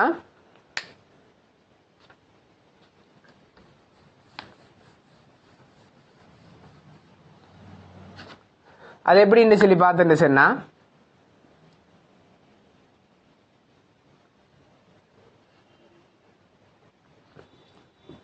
h rho g இருக்கு தானே சரியா? h rho g எடுத்துன்னு சொன்னா ஒரு மீட்டர்ல சரியா? இப்போ 1 மீட்டர் எடுத்துன்னா இப்போ ஒரு பாத்திரம் இருக்கு. 1 மீட்டர் ஆழத்துல அமுக்கம் என்னன்னு சொல்லி பார்க்க போறேன். 1 மீட்டர் ஆழத்துல 1 மீட்டர்ல பார்த்தேன்னா ஹெச்சுக்கு பதிலாக 1 மீட்டர் தர அடர்த்தி நீரின் அடர்த்தி 10 தர 10. அப்ப 14 பஸ்கால்னு சொல்லி வருது. 14 பஸ்கால்னு சொல்லி வருது. இதை உயரத்தின் சார்பில் கொடுப்போம். ஒரு அமுக்கமாக கொடுப்போம். உயரத்தின் சார்பில் அமுக்கமாக என்ன செய்வோம்? கொடுப்போம் சரியா? இது என்னது? உயரத்தின் சார்பில் ஒரு அமுக்கமாக என்ன செய்வோம்? கொடுப்போம். இப்ப இந்த இடத்துல பி சமன் பை பிளஸ் ஹெச்ன்னு சொல்லி வருது. அந்த இடத்துல அமுக்கம் என்னத்துக்கு கண்டுபிடிச்சுன்னு சொன்னா இந்த இடத்துல அமுக்கம் கண்டுபிடிச்சதுக்கான காரணம் பி சமன் 4/10 பஸ்கால் கண்டுபிடிச்சதுக்கான காரணம் எனக்கு அமுக்கத்தை வச்சுதான் செய்ய போறேன். அப்ப இந்த இடத்துல நான் அமுக்கம் தெரிஞ்சாதான், அதாவது ஒரு உயரத்தில் இருக்கக்குள்ள இந்த இடத்துல அமுக்கம் எனக்கு தெரிஞ்சாதான் நான் அதுல என்னத்தை கண்டுபிடிக்கலாம்? உயரத்தை கண்டுபிடிக்கலாம். அந்த இடத்துல அமுக்கம் தெரிஞ்சாதான் என்ன செய்யலாம்? உயரத்தை கண்டுபிடிக்கலாம். அப்ப ஃபர்ஸ்ட்டுக்கு என்னத்தை கண்டுபிடிச்சேன்? அமுக்கத்தை கண்டுபிடிச்சிட்டு அதுக்கப்புறம் என்ன செய்யறேன்? அந்த உயரத்துக்கான அமுக்கத்துக்கும் உயரத்துக்கான தொடர்பை போடுறேன். அப்ப இங்க பி என்ன? அந்த இடத்துல என்ன அமுக்கம் இருக்கு? இந்த இடத்துல என்ன அமுக்கம் இருக்குது? இந்த இடத்துல அமுக்கம் 4/10 பஸ்கால். இங்க கண்டுபிடிச்சது என்ன? 4/10 பஸ்கால். அப்ப h உயரத்துல 4/10 பஸ்கால் இருந்துச்சு. வளிமண்டல அமுக்கம் 15 பஸ்கால். 1/15 பஸ்கால் சக h கழிச்சென்று சொன்னா h சமன் என்ன வருது? 3/15 பஸ்கால். அப்ப இது என்னது? இது வந்துகிட்டு உயரத்துல அமுக்கத்தை செல்றது சரியா? அப்ப 1 மீட்டருங்கிறது 14 பஸ்கால். 1 மீட்டருங்கிறது 14 பஸ்கால். 10 மீட்டருங்கிறது 10 தர 13 h rho g ல 10க்கு பதிலாக ஹெச்சுக்கு பதிலாக 10 மீட்டர், ரோக்கு பதிலாக 13 1000 கிலோகிராம் மீட்டர் -3 ஜிக்கு பதிலாக 10. அப்ப 15 சொல்லி வருது. 15 பஸ்கால். அப்ப இந்த 15க்கு பதிலாக என்னத்தை போடலாம்? 10 மீட்டர்னு சொல்லி போடலாம். அப்ப 3 தர 10 மீட்டர். எத்தனை மீட்டர் வருது? அப்ப h எவ்வளவு ஆழத்துல இருக்குது? 30 மீட்டர். அப்ப இந்த இடத்துல உங்களுக்கு வழங்கியிருக்கும் 1 மீட்டர். அப்ப 1 மீட்டருங்கிறது எத்தனை பஸ்கால செல்லுது? 14 பஸ்கால செல்லுது. 10 மீட்டர் என்னன்னா 15 பஸ்கால். அப்ப 10 மீட்டர் ஆழத்துல இருக்குன்னு சொன்னா 10 மீட்டர் ஆழம் 10 மீட்டர் ஹெச்ன்னு சொன்னா 10 மீட்டர் ஹெச்ன்னு சொன்னா 15 பஸ்கால் இருக்குன்னு அர்த்தம். அப்ப அந்த 10 மீட்டருங்கிறது என்னது? அந்த நீளம் அமுக்கத்தை செல்லுது. அதாவது நீர்ல எவ்வளவு நீளத்துல ஆழத்துல இருக்குன்னு சொன்னா இப்ப எவ்வளவு ஆழத்துல இருக்குன்னு சொல்றது அந்த அமுக்கத்தை செல்லும். இப்ப நீரோண்ட ஒரு பாத்திரத்துல ஒரு ஒன்று ஒரு ஆழத்தில் எரிக்கின்னு சொன்னா அவ எவ்வளவு ஆழத்தில் எத்தனை மீட்டர் ஆழத்தில் எரிக்கின்னு செல்றது அது அமுக்கத்தை செல்ற மாதிரி இருக்கு. அப்ப நம்ம கண்டுபிடிச்சிருக்கிறது அமுக்கத்தை செல்ற மாதிரி இருக்கும். சரியா? அப்ப இந்த இது வந்துகிட்டு தெளிவா வழங்கியிருக்கும். ஃபெஸ்ட்டுக்கு என்ன செஞ்சிருக்கேன்? ஃபெஸ்ட்டுக்கு அமுக்கத்தை கண்டிருக்கேன். இனத்துக்கு அமுக்கத்தை கண்டேன். நான் அமுக்கத்தை கண்டதுக்கான நோக்கம் என்ன? ஒரு வளிமண்டலத்துல அமுக்கம் நமக்கு தெரியும். ஒரு பாத்திரத்துல ஒரு இடையில இருக்கிற ஒரு புள்ளிட அமுக்கம் தெரியணும்னு சொன்னா வளிமண்டல அமுக்கத்தோட அது எவ்வளவு ஆழத்துல இருக்குங்கிற அந்த அதோட அமுக்கத்தை கூட்டினா அந்த புள்ளியில் இருக்கிற அமுக்கம் கிடைக்கும். அப்ப ஏற்கனவே அந்த புள்ளியில் இருக்கிற அமுக்கத்தை கண்டுபிடிச்சுன்னு சொன்னா வளிமண்டல அமுக்கம் தெரிஞ்சிச்சுன்னு சொன்னா அப்ப அந்த உயரத்தில் இருக்கிற ஆழத்தின் அமுக்கத்தை கண்டுபிடிக்கலாம். அந்த ஆழத்தை கண்டுபிடிக்கலாம்.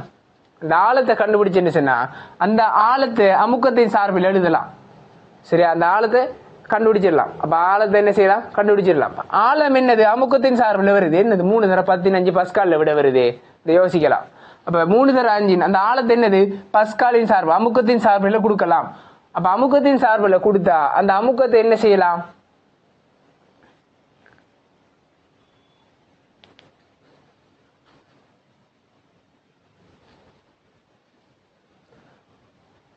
அந்த அமுக்கத்தை என்ன செய்யலாம்? அமுக்கத்தை மீட்டர் சார் அதாவது மீட்டரை அந்த அமுக்கத்தை மீட்டருக்கு நம்ம கன்வெர்ட் பண்ணி எடுக்கலாம். இல்லையா இன்னொரு மெத்தட்லயும் நீங்க செய்யலாம். அதே மெத்தட் தான், ஆனா டிரெக்டா யூஸ் பண்ற மாதிரி இருக்கும். எப்படின்னு சொன்னா இந்த இடத்துல இதுல அமுக்கம் தெரியும் தானே, இந்த இடத்துல அமுக்கம் தெரியும் தானே, பிவி சமன் கே தானே. அப்ப இதுட அமுக்கம் தர இதுட அமுக்கம் தர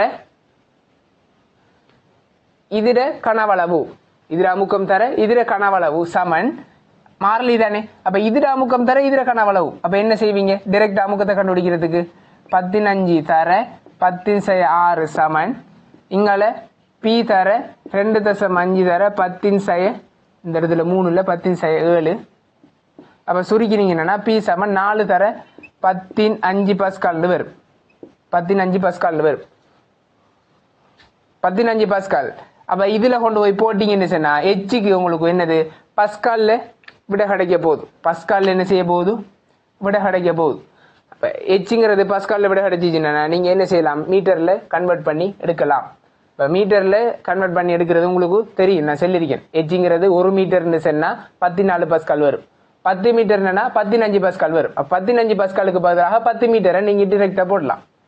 15 பஸ்கால் 10 மீட்டர் தானே, அதாவது 10 மீட்டரை தான் என்ன செய்றீங்க? 15 பஸ்காலாக மாத்துறீங்க. 1 மீட்டரை தான் என்ன செய்றீங்க? 14 பஸ்காலாக மாத்துறீங்க. அப்ப 15க்கு பதிலாக என்னத்தை போடலாம்? 10 மீட்டரை போடலாம். 14க்கு பதிலாக என்னத்தை போடலாம்? 1 மீட்டரை போடலாம். சரியா? அப்ப மீட்டருங்கிறதும் அமுக்கத்தை தான் செல்லுது, அமுக்கம்ங்கிறதும் மீட்டரை தான் செல்லுது. சரியா?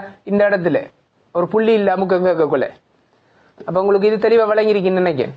இதுல விளங்க இல்லாட்டி எனக்கு என்ன மெசேஜ் ஒன்று போடுங்க. இதுல எனக்கு கிளியர் இல்லாட்டி மெசேஜ் ஒன்று போடுங்க. நான் அதை இன்னும் தெளிவாக இன்னும் டீப்பாக என்ன பிரச்சனை இருக்குன்னு சொல்லி ஆராய்ஞ்சி நல்லா விளங்கப்படுத்தி போடுறேன். இல்லாட்டி நான் விளங்கப்படுத்தி வாய்ஸ் மெசேஜ் போடுவேன். சரியா?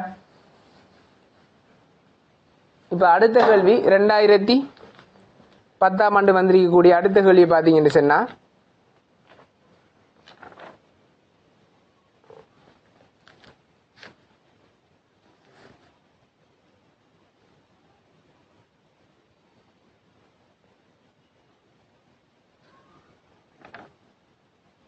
53வது கேள்வி பாருங்க. ஒரு கிடை நிலத்தில் ஒரு பீரங்கி தானப்படுத்தப்பட்டிருக்கும். அதேவேளை பீரங்கி இருக்கும் இடத்திலிருந்து 2000 மீட்டர் தூரத்தில் இருக்கும் இலக்கில் படுமாறு அதிலிருந்து ஒரு வெடிகுண்டு சுடப்படுகின்றது. வெடிகுண்டு பாதையில் ஒரு குறித்த புள்ளியில் தற்செயலாக வெடிகுண்டு A, B என்னும் இரு பகுதிகளாக வெடிக்கின்றது. A இன் திணிவு B இன் திணிவின் 2 மடங்காக இருக்கும். அதேவேளை இரு பகுதிகளும் ஒரே நிலைக்குத்து தளத்தில் சென்று பின்னர் ஒரே கணத்தில் நிலத்தில் படுகின்றன. பீரங்கியிலிருந்து இலக்கின் திசையின் 1800 மீட்டர் A படுமெனின் பீரங்கியிலிருந்து B படும் தூரம். 53வது கேள்வி.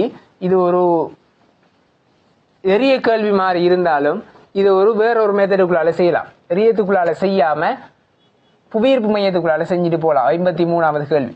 ஒரு பீரங்கியில இருந்து ஒரு வெடிகுண்டு ஒன்று சுடுறாரு. இது வந்துகிட்டு அப்படியோ போய் எங்க கொண்டு உள்ள போதான்? இங்க இருந்து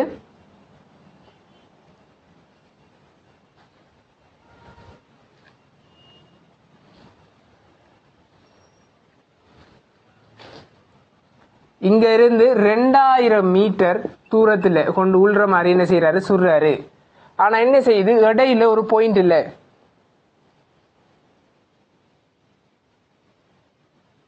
தற்செயலாக ஒரு பாயிண்ட் என்ன செய்யுது, ரெண்டாக வெடிக்குது. ஒரு குண்டு இறைஞ்சது ரெண்டாக வெடிக்குது, ஏ பின்னு சொல்லி ரெண்டாக வெடிக்குது. அதுல திணிவுகளை சொல்றாரு. ஏற்கனவே இது ஒரு எம் திணிவாக இருந்துச்சுன்னு சொன்னா, எம் திணிவாக இருந்துச்சுன்னு சொன்னா,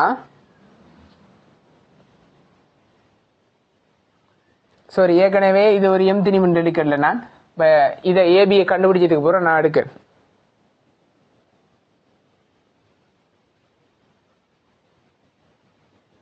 எப்படி சொல்றேன்னா, ஏயின் திணிவு, ஏயின் திணிவு பியை விட 2 மடங்காம். இப்ப பீடு எம்ன்னு சொல்லி எடுத்தேன்னா ஏ எதுனா 2 மடங்கு, 2 எம். அப்ப மொத்தமாக என்னது 3 எம் இருந்தது.